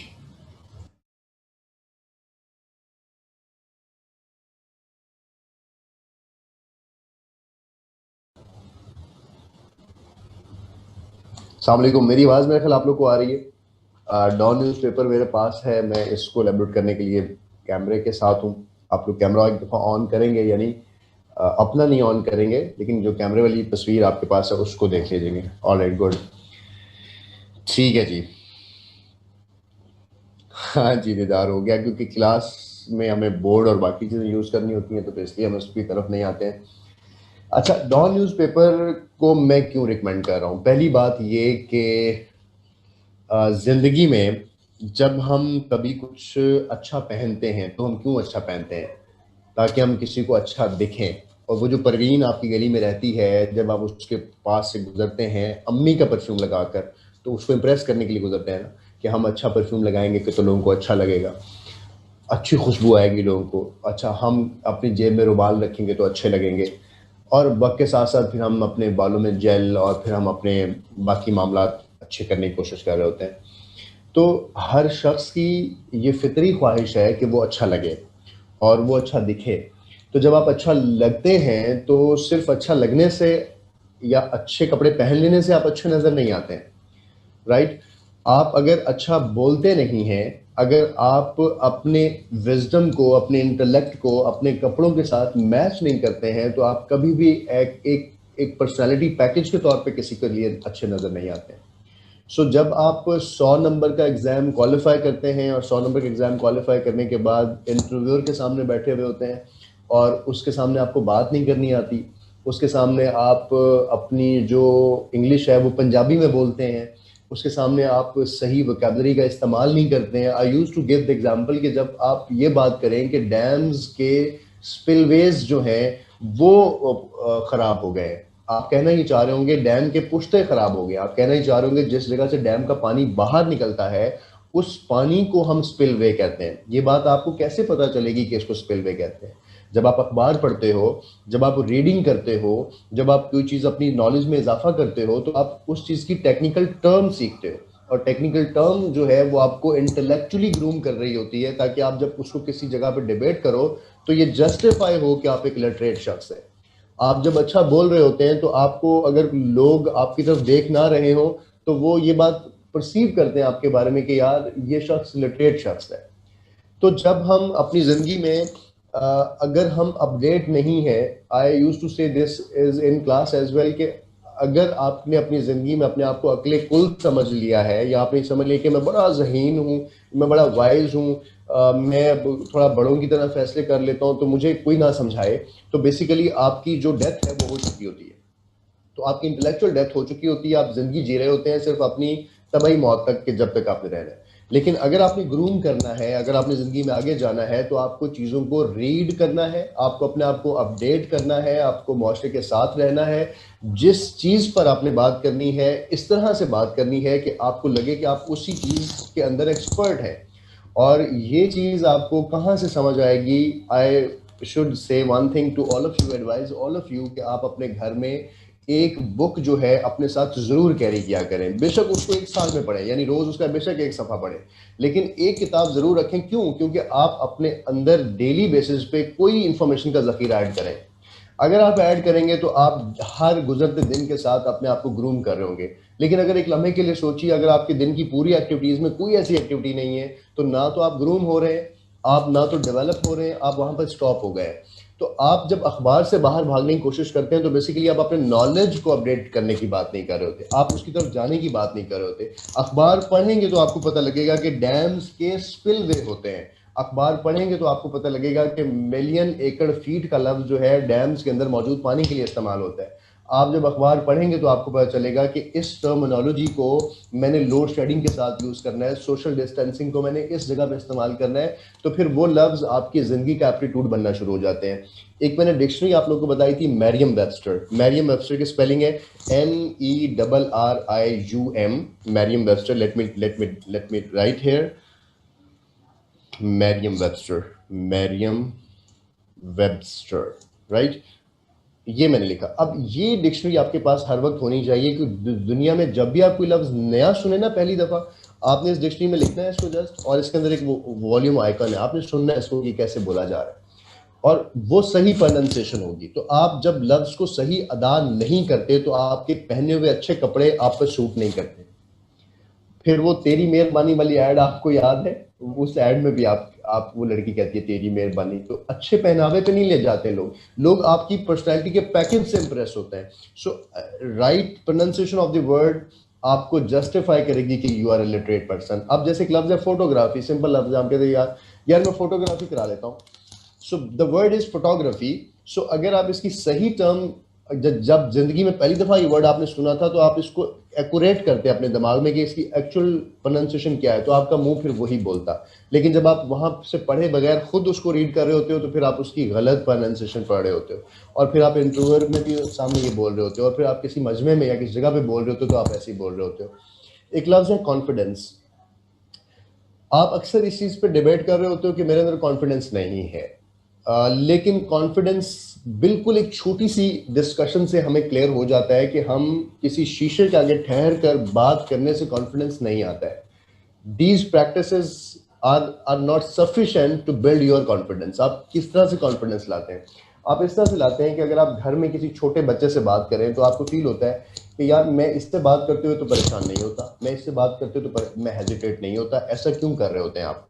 इसलिए कर रहे होते हैं कि आपके दिमाग को अनइंटेंशनली ये यकीन होता है कि आपका नॉलेज इस बच्चे से ज़्यादा है।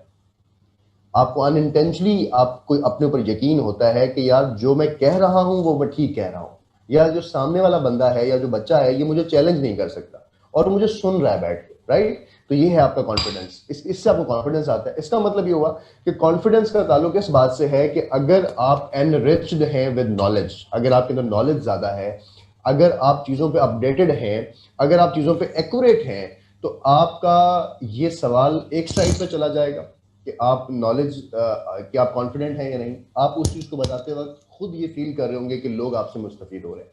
सो अपने नॉलेज को एनहेंस कीजिए, अपनी रीडिंग को एनहेंस कीजिए, डेली कुछ पढ़िए, डेली कुछ पढ़िए, अपने आप को अपडेट रखिए। यू विल फाइंड कि आपकी जो डायरेक्शन है वो आपको इंटेलेक्चुअली ग्रूम कर रही है। I learn this thing from the by reading of books, by reading of newspaper specially. और 2012 में जब मैंने CSS क्वालिफाई किया तो उसके बाद यानी 2010 से मेरा रिश्ता इस पेपर से है। मुझे इस पेपर ने जो कुछ सिखाया है ज़िंदगी के बारे में, और मुझे हायरार्कीज ऑफ गवर्नमेंट स्ट्रक्चर, और मुझे गवर्नमेंट्स की मशीनरी के बारे में इंफॉर्मेशन, मुझे थॉट्स, मुझे किसी प्रॉब्लम्स के सॉल्यूशंस, मुझे उसके ऊपर आने वाले इश्यूज, मुझे उसके ऊपर आने वाली हेडिंग्स, मुझे उसके बारे में जो अवेयरनेस रोज़ ये भरा हुआ पलंदा देता है। अगर मैं इसको रोज़ पढ़ता हूँ और आप नहीं पढ़ते हो तो आप और मैं सिर्फ एक स्टेप आगे और पीछे हैं। तो आप में से अगर किसी शख्स ने इसको आज पढ़ा है वो आप सबसे आगे है। क्यों? क्योंकि उसके पास आज वो है जो आपने नहीं पढ़ा। तो डेली आने वाली चीज़ों को हमें साथ साथ अपडेट करना है। लेकिन अब मैं इसको लिंक कर रहा हूँ उन तमाम एरियाज के साथ जिसके ऊपर हम अभी बात करके आएंगे करंट अफेयर्स में हमें ये कैसे करना है। तो करंट अफेयर्स में हमें, हमारे पास जब ये डॉन न्यूज़पेपर आता है तो इसका जो पहला पेज है हमारे पास, इस पहले, मैं डॉन पेपर इसलिए रिकमेंड कर रहा हूँ, इंग्लिश का पेज इसलिए रिकमेंड कर रहा हूँ, बीइंग अ न्यूज़ एंकर और न्यूज़ मीडिया से मेरा ताल्लुक भी है। Dawn is one of the best and refinest newspaper in Pakistan. Pakistan के जो उर्दू के न्यूज़पेपर्स हैं आप पढ़ेंगे आपको वहाँ से तशरीह समझ आ जाती है, आपको आसान लगता है वो पढ़ना। लेकिन आपकी 90% authentic information related to your exam वो डॉन से बनती है, या दी न्यूज़ से बनती है, या ट्रिब्यून जो एक्सप्रेस का है वहाँ से बनती है। सो आपने क्या करना है कि आपने इंग्लिश न्यूज़पेपर को पढ़ना है, उर्दू साथ में पढ़िए ट्रांसलेशन के लिए अगर आप इसको नहीं पढ़, लेकिन आप इसको पढ़ना शुरू करेंगे तो आप उस तरफ जाएंगे जिस तरफ आपको जाना है। आपका अगर फियर है कि आप इंग्लिश में नहीं चीज़ें पढ़ सकते तो आप इस फियर से नहीं जा सकते दूर। जब तक आप इस फियर के पास से जाएंगे आपका कॉन्फिडेंस इसके साथ नहीं एलैबोरेट होगा। और मेरी बात सुने, चाहे आपने 1000 मील भागना हो, ये सफ़र आपका इसके बाद ही स्टार्ट होगा जब आप उसके लिए पहला स्टेप उठाएंगे। उससे पहले आप बातें ही करते रहेंगे। 1000 किलोमीटर 1000 ही होगा, लेकिन पहला कदम लेने के बाद वो 1000 किलोमीटर 999 पे आ जाएगा और फिर उसकी काउंटिंग कम होना है। बिल्कुल इसी तरह जब आप इंग्लिश से डरते रहोगे, उसको पढ़ने से घबराते रहोगे, दुनिया में कोई ऐसी चीज़ नहीं है कि आप अगर उस पर हाथ डालें, अल्लाह पाक ने आपको ये ताकत ना दी हो कि आप उस पर अपनी ग्रिप नहीं बना सकते। आपका कॉन्फिडेंस चीज़ों के ऊपर हैवी होने का ये होना चाहिए। तो अगर कोई बच्चा इसको अवॉइड करना चाहता है, don't avoid this. I recommend you guys कि आप इसको ज़रूर पढ़ें। और 50 से या 500 रुपये इसकी मंथली फ़ी है, जो आप किसी हॉकर को कहें वो आपके घर फेंक जाएगा डेली बेसिस पे, आपको खुद पढ़ने के लिए दे जाएगा। वरना आप इंटरनेट से इसकी PDF फाइल भी डाउनलोड कर सकते हैं, आप ई-पेपर भी पढ़ सकते हैं। तो इस पेज के ऊपर, इस पेपर पे जो भी कुछ छपा हुआ है उस पेपर पे, इसलिए मैं कह रहा हूँ कि आपने उर्दू नहीं पढ़ना क्योंकि पेपर आपका यहाँ से बनता है। और डॉन इतना अच्छा लिखता है किसी भी बात को कि अगर कोई खबर छपी है और आपको इसके बारे में कुछ नहीं पता है तो आप इसको पढ़ेंगे तो आपको तमाम फैक्ट्स बता देगा कि ये इसके ये फैक्ट्स हैं, उसकी बैकग्राउंड बताएगा, उसकी स्टोरी बताएगा आपको, और फिर उसकी खबर भी देगा। और आपको पढ़ते हुए लगेगा कि जो सर ने 22-23 एरियाज पे बात कर रहे थे, इसने फैक्चुअली चीज़ें बताई हैं और इसकी जो इन्फॉर्मेशन होगी वो एक्यूरेट होगी और इनके सोर्सेज कंफर्म्ड है। तो हमारा जो पहला पेज है डॉन न्यूज़पेपर का, इसके ऊपर छपने वाली हर वो खबर जिसका ताल्लुक 22 हेडिंग्स के साथ है जो मैंने भी आप लोगों को करवाई है, जिनका ताल्लुक आपके जीके के साथ है, जिनका ताल्लुक EDS के साथ है, जिसका ताल्लुक पॉलिटिक्स के साथ है, जिसका ताल्लुक कॉन्स्टिट्यूशन ऑफ पाकिस्तान के साथ है, जिसका ताल्लुक पाकिस्तान हिस्ट्री के साथ है। सिर्फ आपने हेडिंग से ही जज कर लेना है कि ये हुआ है। जैसे एनर्जी क्राइसिस पे कोई खबर छपी कि पाकिस्तान में एनर्जी का बहरान है, इतने मेगावाट पाकिस्तान एनर्जी बना सकता है, इतने नहीं बना सकता है, इतने मेगावाट तरवेला से ले रहा है, इतने मेगावाट मंगला से ले रहा है। तो बेसिकली मंगला की एनर्जी कैपेसिटी आप अपडेट कर रहे हैं, तरबेला की कैपेसिटी आप अपडेट करें, तरबेला में कितना वॉल्यूम सेव होता है आप इसको अपडेट करें, तो आप इस पेज पर जितनी भी इंफॉर्मेशन पहले पेज पे छप रही होगी, अगर पाकिस्तान में कोई नया मज़ार आया है, पाकिस्तान में कोई नई बिल्डिंग बनी है, पाकिस्तान का डेलीगेशन कहीं गया है, रशिया का प्रेसिडेंट पाकिस्तान आया, तो ये खबर कहाँ आ रही होगी, इस पेज पे आ रही होगी सारी इंफॉर्मेशन। कोई कॉन्फ्रेंस हो रही है, कोई समिट हो रही है, वो इस पेज पे आ रहा होगा, तो आपको पेज तो ढूंढने की जरूरत नहीं है। इस खबर के शुरू में यहाँ पर लिखा हुआ है इस्लामाबाद। अगर ये खबर ईरान से आई होती, इरना से आई होती, इसराइल किसी एजेंसी से आई होती, तो इसके ब्रैकेट में वो लिखा होता। अब आप अखबार पढ़ते हो, सबसे पहले ये देखोगे कि जो 5 खबरें लगी हैं इनका ताल्लुक इस बात से है, और उसके शुरू में देखोगे कि इसकी एजेंसी क्या है। अगर कोई ऐसी एजेंसी जो आपके पास नोटेड नहीं है, आप नोट कर लेंगे, और शायद 10 से 15 दिन के बाद आपको पता चलेगा कि शायद यही टोटल एजेंसीज थी, या आजकल ये एजेंसीज की खबर ज़्यादा इन है और इसके ऊपर हम ज़्यादा बात कर रहे हैं। इस पहले पेज के बाद आपने डॉन को बिल्कुल यूं रिवर्स करना है, इस तरह से।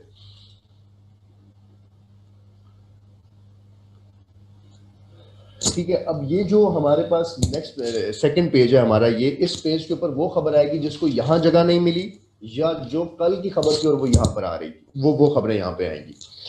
जो सेम मैकेनिज्म इस खबर के साथ किया वो भी हमने इसके साथ किया। इसके बाद आपने इसका जो बैक पेज है ना, उस पेज को आपने यहाँ से यूं कर लेना है। अब ये जो मैंने सेंटर पेज आप लोग को दिखा रहा हूँ, ये वो पेज है जिसके ऊपर इंटरनेशनल न्यूज़ आएगी। इसका नाम इंटरनेशनल न्यूज़ है। यहाँ पर वो खबर आएगी नोबेल पीस प्राइज़ की, यहाँ वो खबर आएगी आइलैंड्स की, बेस की, रिसेंटली पब्लिश्ड बुक्स की, यहाँ वो खबर आएगी अगर किसी के ऊपर कोई डॉग जारी हुआ है, यहाँ स्पोर्ट्स की खबरें आएंगी, यहाँ पर आज़रबाईजान और आर्मीनिया का कॉन्फ्लिक्ट आया हुआ है, ये देखें आज़रबाईजान, और पूरा मैप आया हुआ है। थोड़ी देर पहले मैं आप लोग को कह रहा था ना कि कभी कभी इतना अच्छा मैप आ जाता है किसी चीज़ को एक्सप्लेन करने का कि आपको वो अखबार के अलावा कहीं से नहीं मिलता है, ना वो इंटरनेट से मिलता है। और अगर आप इस आज़रबाईजान के ऊपर ये खबर पढ़ेंगे, पूरी ये खबर आप यहाँ तक पढ़ेंगे ना, आपको सारा कुछ पता चल जाएगा कि ये इनका मसला शुरू किस सन में हुआ था, इस पर कौन इसका प्रेसिडेंट है, किस मामले को कैसे हल किया जा रहा है, कौन इस पे चढ़ाई कर रहा है, आज़रबाईजान में फोर्सेस कहाँ से दाखिल हुई हैं, आर्मीनिया के ऊपर कैसे कब्जा हुआ है, अब आर्मीनिया किसके पास है, आर्मीनिया का साथ मुल्क में कौन दे रहा है, आज़रबाईजान का कौन दे रहा है। तो बजाय इसी कि आप एक स्टोरी को विकीपीडिया से पढ़ें जो कि इररेलेवेंट होगी, क्योंकि डॉन के अंदर छपने वाली हर चीज़ आपके पेपर पॉइंट ऑफ व्यू से इंपॉर्टेंट होती है, लेकिन विकीपीडिया पे जब आप शायद आर्मीनिया के बारे में पढ़ रहे हो, तो आपको विकीपीडिया आर्मीनिया के नस्लों तक ले जाए और बीसीज तक ले जाए जहां तक आपने पढ़ना भी नहीं था। तो इसलिए स्पेसिफिक, मोर करंटली और अपडेटेड जो इन्फॉर्मेशन है वो आपके अखबार ही दे पा रहा होगा।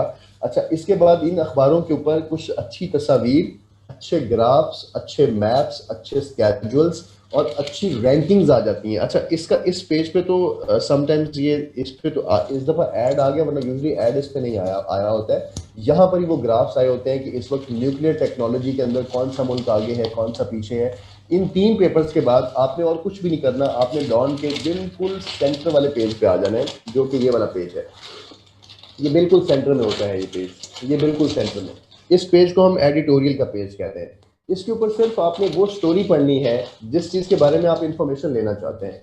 यानी अगर इसके ऊपर ये स्टोरी आई हुई है कि गिलगित बल्तिस्तान के इलेक्शंस में का फ्यूचर क्या होगा और उसके इलेक्शंस का एनालिसिस क्या है, यानी कितनी पार्टीज ने हिस्सा लिया, कितने वोटर्स थे, कौन सी कॉन्स्टिट्यूएंसीज थी, क्यों लोगों ने इसमें पार्टिसिपेट काम किया, या जो भी इशूज थे, तो बजाय अगर कोई आपको बड़ा नहीं मिल रहा, तो घर में आने वाले डॉन का जो सेंट्रल पीस है जिसके अंदर कोई कॉलम है, किसी स्कॉलर की कोई डिस्कशन है, कोई इजराइल की एक्सेप्टेंस पे बात कर रहा है, अरब इजराइल वॉर पे बात कर रहा है, वर्ल्ड वॉर्स पे बात कर रहा है, तो आप उन वॉर्स का हवाला जात भी ले सकते हो और आप उस कॉलम को पढ़कर शायद खुद ही सेटिस्फाई हो जाएंगे, अच्छा इससे मतलब ये इन्फॉर्मेशन थी, और आप उससे एक्नॉलेज हो जाते हो। अगर आपने 100/100 नंबर लेकर इंटरव्यू की कॉल ले ली और इंटरव्यू की कॉल के बाद आप एग्जामिनर के सामने बात ना कर सके हो क्योंकि आपके पास चीज़ों के बारे में इंफॉर्मेशन नहीं है, तो इंफॉर्मेशन आपकी डेली अखबार पढ़ने के बाद 6-7 मंथ के अंदर आपकी एक अप्रोच डेवलप होती है चीज़ों को देखने की। आप कॉन्फिडेंटली किस चीज़ पे बात करते हैं क्योंकि आपको पता है कि अखबार में बात ही ये हो रही है। लेकिन जब आपको पता ही नहीं है कि अखबार में इस इवेंट पे बात क्या हो रही है, तो आप शायद उस इवेंट पे चुप ही रहते हैं, या शायद आप सही सोच रहे होते हैं क्योंकि आपको दूसरी साइड का नहीं पता होता कि वो भी यही सोच रही है जो आप सोच रहे हैं। तो आप समझते हैं कि क्योंकि मैंने वो साइड देखी नहीं है तो शायद मैं बोलता ही नहीं हूँ, शायद मैं चवल ही ना मार बैठूं। हालांकि आप सही सोच रहे होते हैं, तो आपको अपनी पर्सनैलिटी का कॉन्फिडेंस भी अखबार के साथ अपडेट रहने से आता है। अपने विजडम को बार बार आप रीचेक करते हैं, उसको रीशेप करते हैं, उसको मॉडिफाई करते हैं, उसके अंदर वोकैबुलरी का इजाफा करते हैं। उसके बाद जो आपका करंट अफेयर के अंदर जितना जीके आप अभी तक पढ़ के आए हो, उन लफ्ज़ों को जब आप यहाँ पर लिखा हुआ देखोगे, उनसे मुतालिक एमसीक्यूज जो आप पढ़ के आए हो उनसे मतलब डिटेल्स जब देखोगे, उनका ज्योग्राफी और पॉलिटिक्स में रिलेशंस देखोगे, तो आपके लिए चीज़ें ज़्यादा इंटरेस्टिंग होंगी और आप इन चीज़ों को ज़्यादा अच्छे से लर्न कर रहे होंगे। आई रिकमेंड एवरीवन कि इसके अलावा आपने ये आपका हार्डली 30 से 35 मिनट लेगा पूरे दिन में, और आपने इनमें से आने वाली वो इन्फॉर्मेशन जो इन 12 एरियाज में से आ रही है, आपने उसको अपने उन जगहों पर नोट करते जाना है। मार्क माई वर्ड्स के दिन में शायद 4 या 5 ही आपको मिलें टोटल ऐसी चीज़ें जिनको आपने नोट करना है, और किसी दिन हो सकता है 12-13 मिल जाए डेली बेसिस पे। तो एक महीने के आपके जो एमसीक्यूज बन रहे होंगे वो टोटल कहीं जाके हार्डली कोई 200, 300 या 400 एमसीक्यूज बन रहे होंगे। इस एमसीक्यूज में आपने कुछ वेबसाइट्स ऐसी हैं जिनके ऊपर करंट अफेयर्स के ऊपर डेली बेसिस पे 3-3, 4-4, 5-5, 10-10 एमसीक्यूज वो खुद अपडेट करते हैं। आपने उन अपडेट्स को भी अपनी अपडेट्स के साथ टैली करना है कि उन्होंने कुछ जो चीज़ लिखी है वो मैंने तो मिस नहीं की, और हो सकता है कि उनकी सारी चीज़ें आप लिख चुके हों और कुछ चीज़ें उन्होंने नहीं लिखी हों वो आपने लिख ली हो। तो आपको उनको पढ़ के लगेगा कि हाँ, इन्होंने सिर्फ और सिर्फ 50% लिखा है, 50% इनसे ज़्यादा तो मेरे पास इंफॉर्मेशन है उस चीज़ की। तो आपने उन सोर्सेज को भी ऐड करना है। एक लिंक मैं शेयर करूंगा आप लोगों से, वो मुझे वैसे कंपैरेटिवली बेटर और लगी अभी तक वेबसाइट के, जिस पे अच्छा एमसीक्यूज पड़े हुए हैं करंट अफेयर के हवाले से। बाकी एमसीक्यूज के लिए पाक अफेयर एमसीक्यूज है। कल कुछ बच्चों के साथ ये सेशन था, उन्होंने SHEIR नाम से कोई वेबसाइट थी वो शेयर की। कुछ बाकी बच्चों को पता होंगे वो हमें बता देंगे कि कौन कौन सी एमसीक्यूज आती हैं इसमें। अच्छा, इसके अलावा हम अपने जो एमसीक्यूज हैं, आप किसी भी टाइम का, जैसे इस बच्चे ने भी हमारे साथ मेंशन किया है, किसी भी टाइम की न्यूज़ सुन लें। लाजमी नहीं कि आप 9 PM सुने, किसी भी टाइम का बुलेटिन सुने, यानी या 3 PM का या 6 PM का या 9 PM का। 9 PM में ये होता है कि पूरा दिन क्लोज हो रहा होता है, तो आप उसकी क्लोजिंग समरी जो है वो पढ़ सकते हैं और एक दफ़ा आप अपडेट रहें व्हाट्स गोइंग ऑन अराउंड। और अगर कोई ऐसी चीज़ जो आपके एमसीक्यूज या जीके से रिलेटेड है, उसकी आप स्टोरीज और उसमें जा सकते हैं।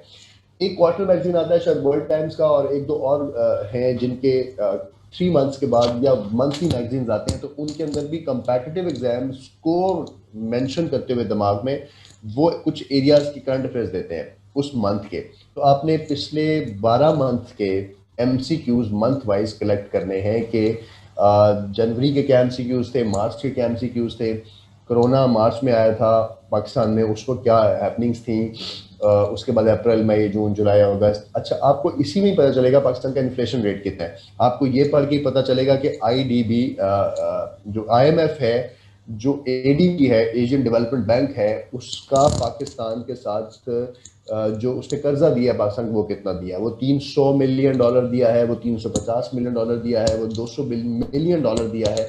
तो MCQs क्या आएगा कि ADB ने पाकिस्तान को जो रिसेंट ग्रांट दी है कर्जे की, वो कितनी है।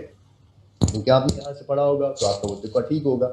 और जो लोग इस 10-12 नंबर्स, आपके अनइंटेंशनली वो नंबर्स बढ़े होंगे, और लाजमी नहीं कि आपका करंट अफेयर सीधा हो रहा हो, आपके बहुत सारे जीके के एमसीक्यूज भी इससे हैंडल हो रहे होंगे।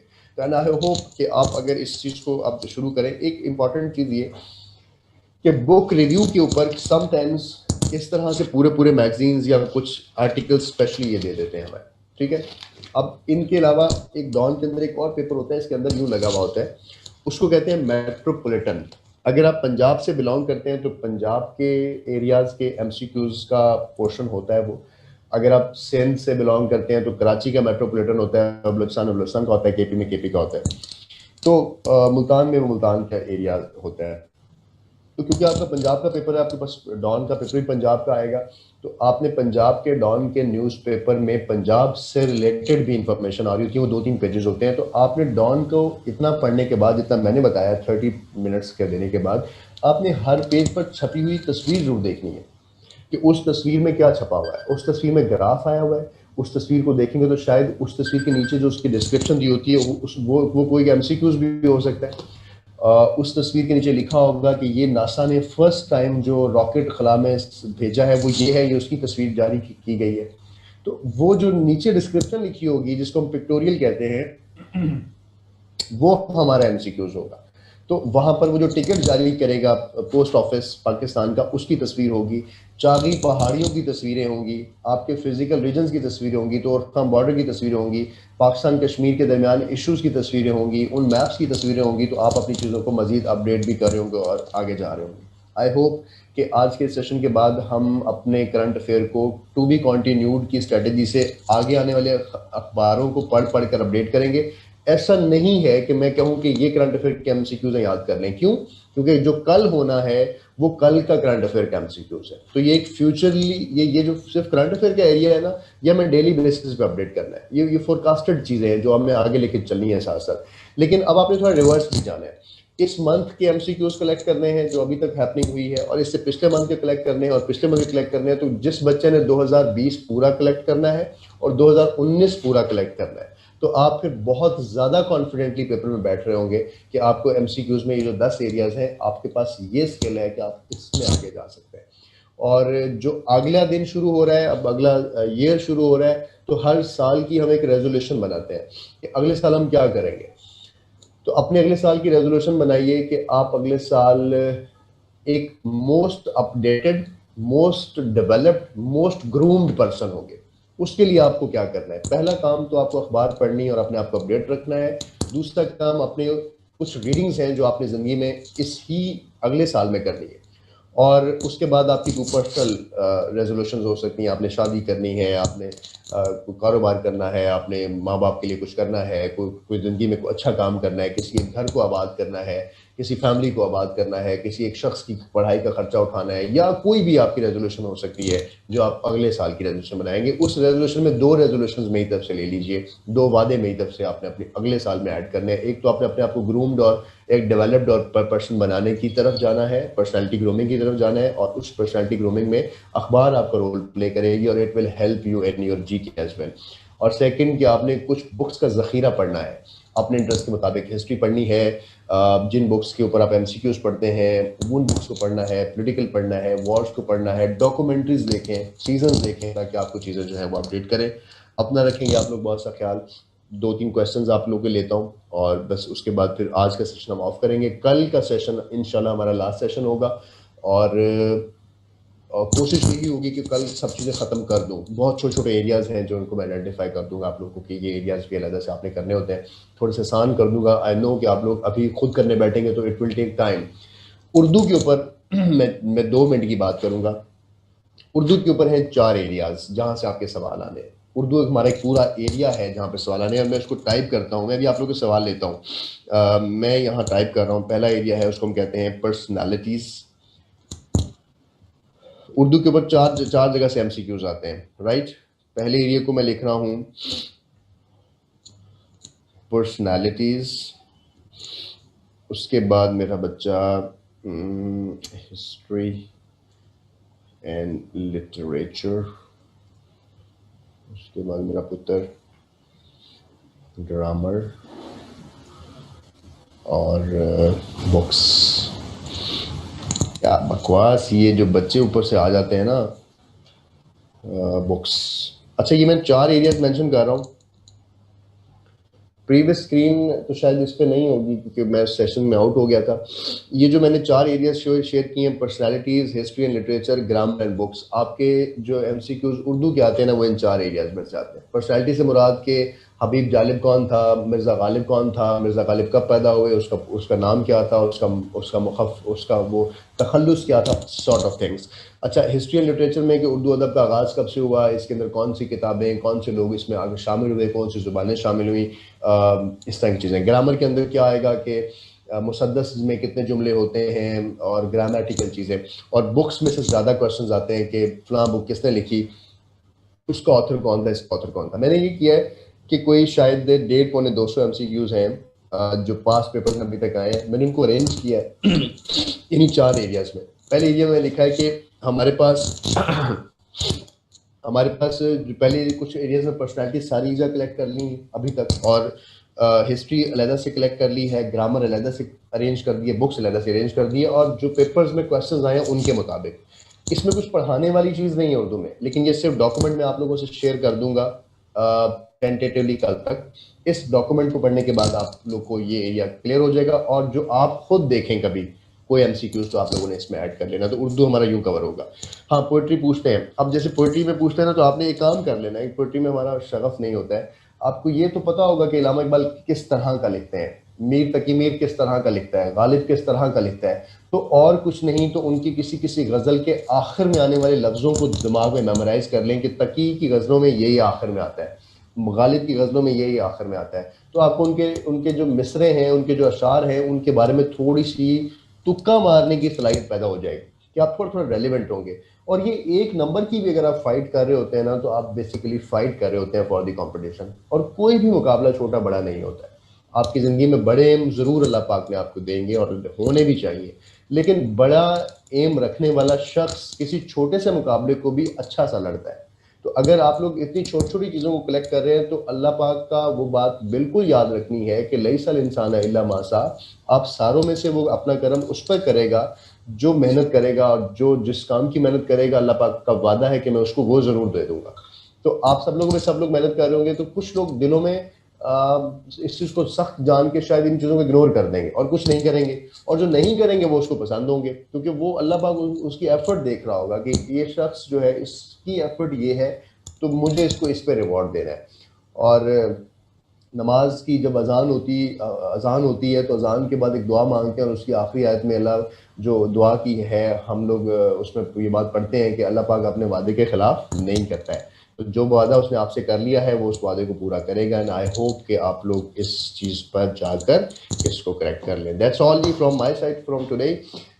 कल की क्लास में इंशाल्लाह हम कोशिश करेंगे कि जी एक इलेक्ट्रॉनिक जो हमारी अलविदाई क्लास होगी उसको पूरा करेंगे, कोशिश करेंगे कि बाकी एरियाज भी हमारे सफिशेंट हो जाए। एंड आई होप कि इस पूरे सेशन के बाद जो कि भी कल होना है हमारा, आप लोग एटलीस्ट इतने क्यूब्ड हो गए हैं कि थोड़े से अरेंज ज़रूर हो गए होंगे, अगर हम लोगों ने आपको कुछ भी नहीं दिया है।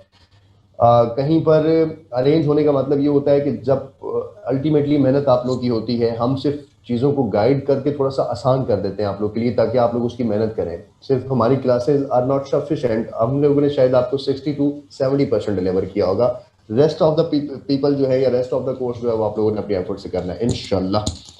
और टेस्ट होंगे नोवा की तरफ से, कुछ कुछ टेस्ट आप लोग के सिविलाइजेशंस, कल मैंने आपको वर्ल्ड वॉर्स करवानी है, सिविलाइजेशंस करवानी है, स्पोर्ट्स करवाना है, वर्ल्ड वंडर्स करवाने हैं।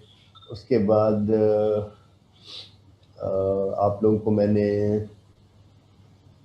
इस तरह के कुछ मिसलिनियस करवाने हैं, एयरवेज करवानी है और कुछ छोटी छोटी चीज़ें मेरे पास लिखी होती हैं, अलहदा से पेज के ऊपर हैं, वो सारे एरियाज में 1 by 1 पेजेस वाइज जाऊंगा और आप लोगों को गो थ्रू करवा दूंगा इंशाल्लाह, नो वरीज।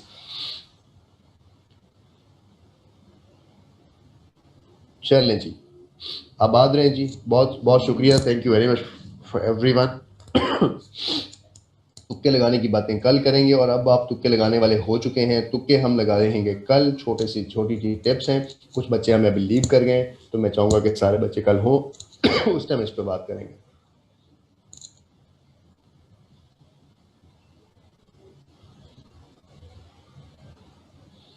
प्रॉमिस पूरा है बेटा, प्रॉमिस। आप बस किसी भी अच्छी कॉज के रेजोल्यूशंस पूरे करेंगे तो आप प्रॉमिस पूरा करेंगे।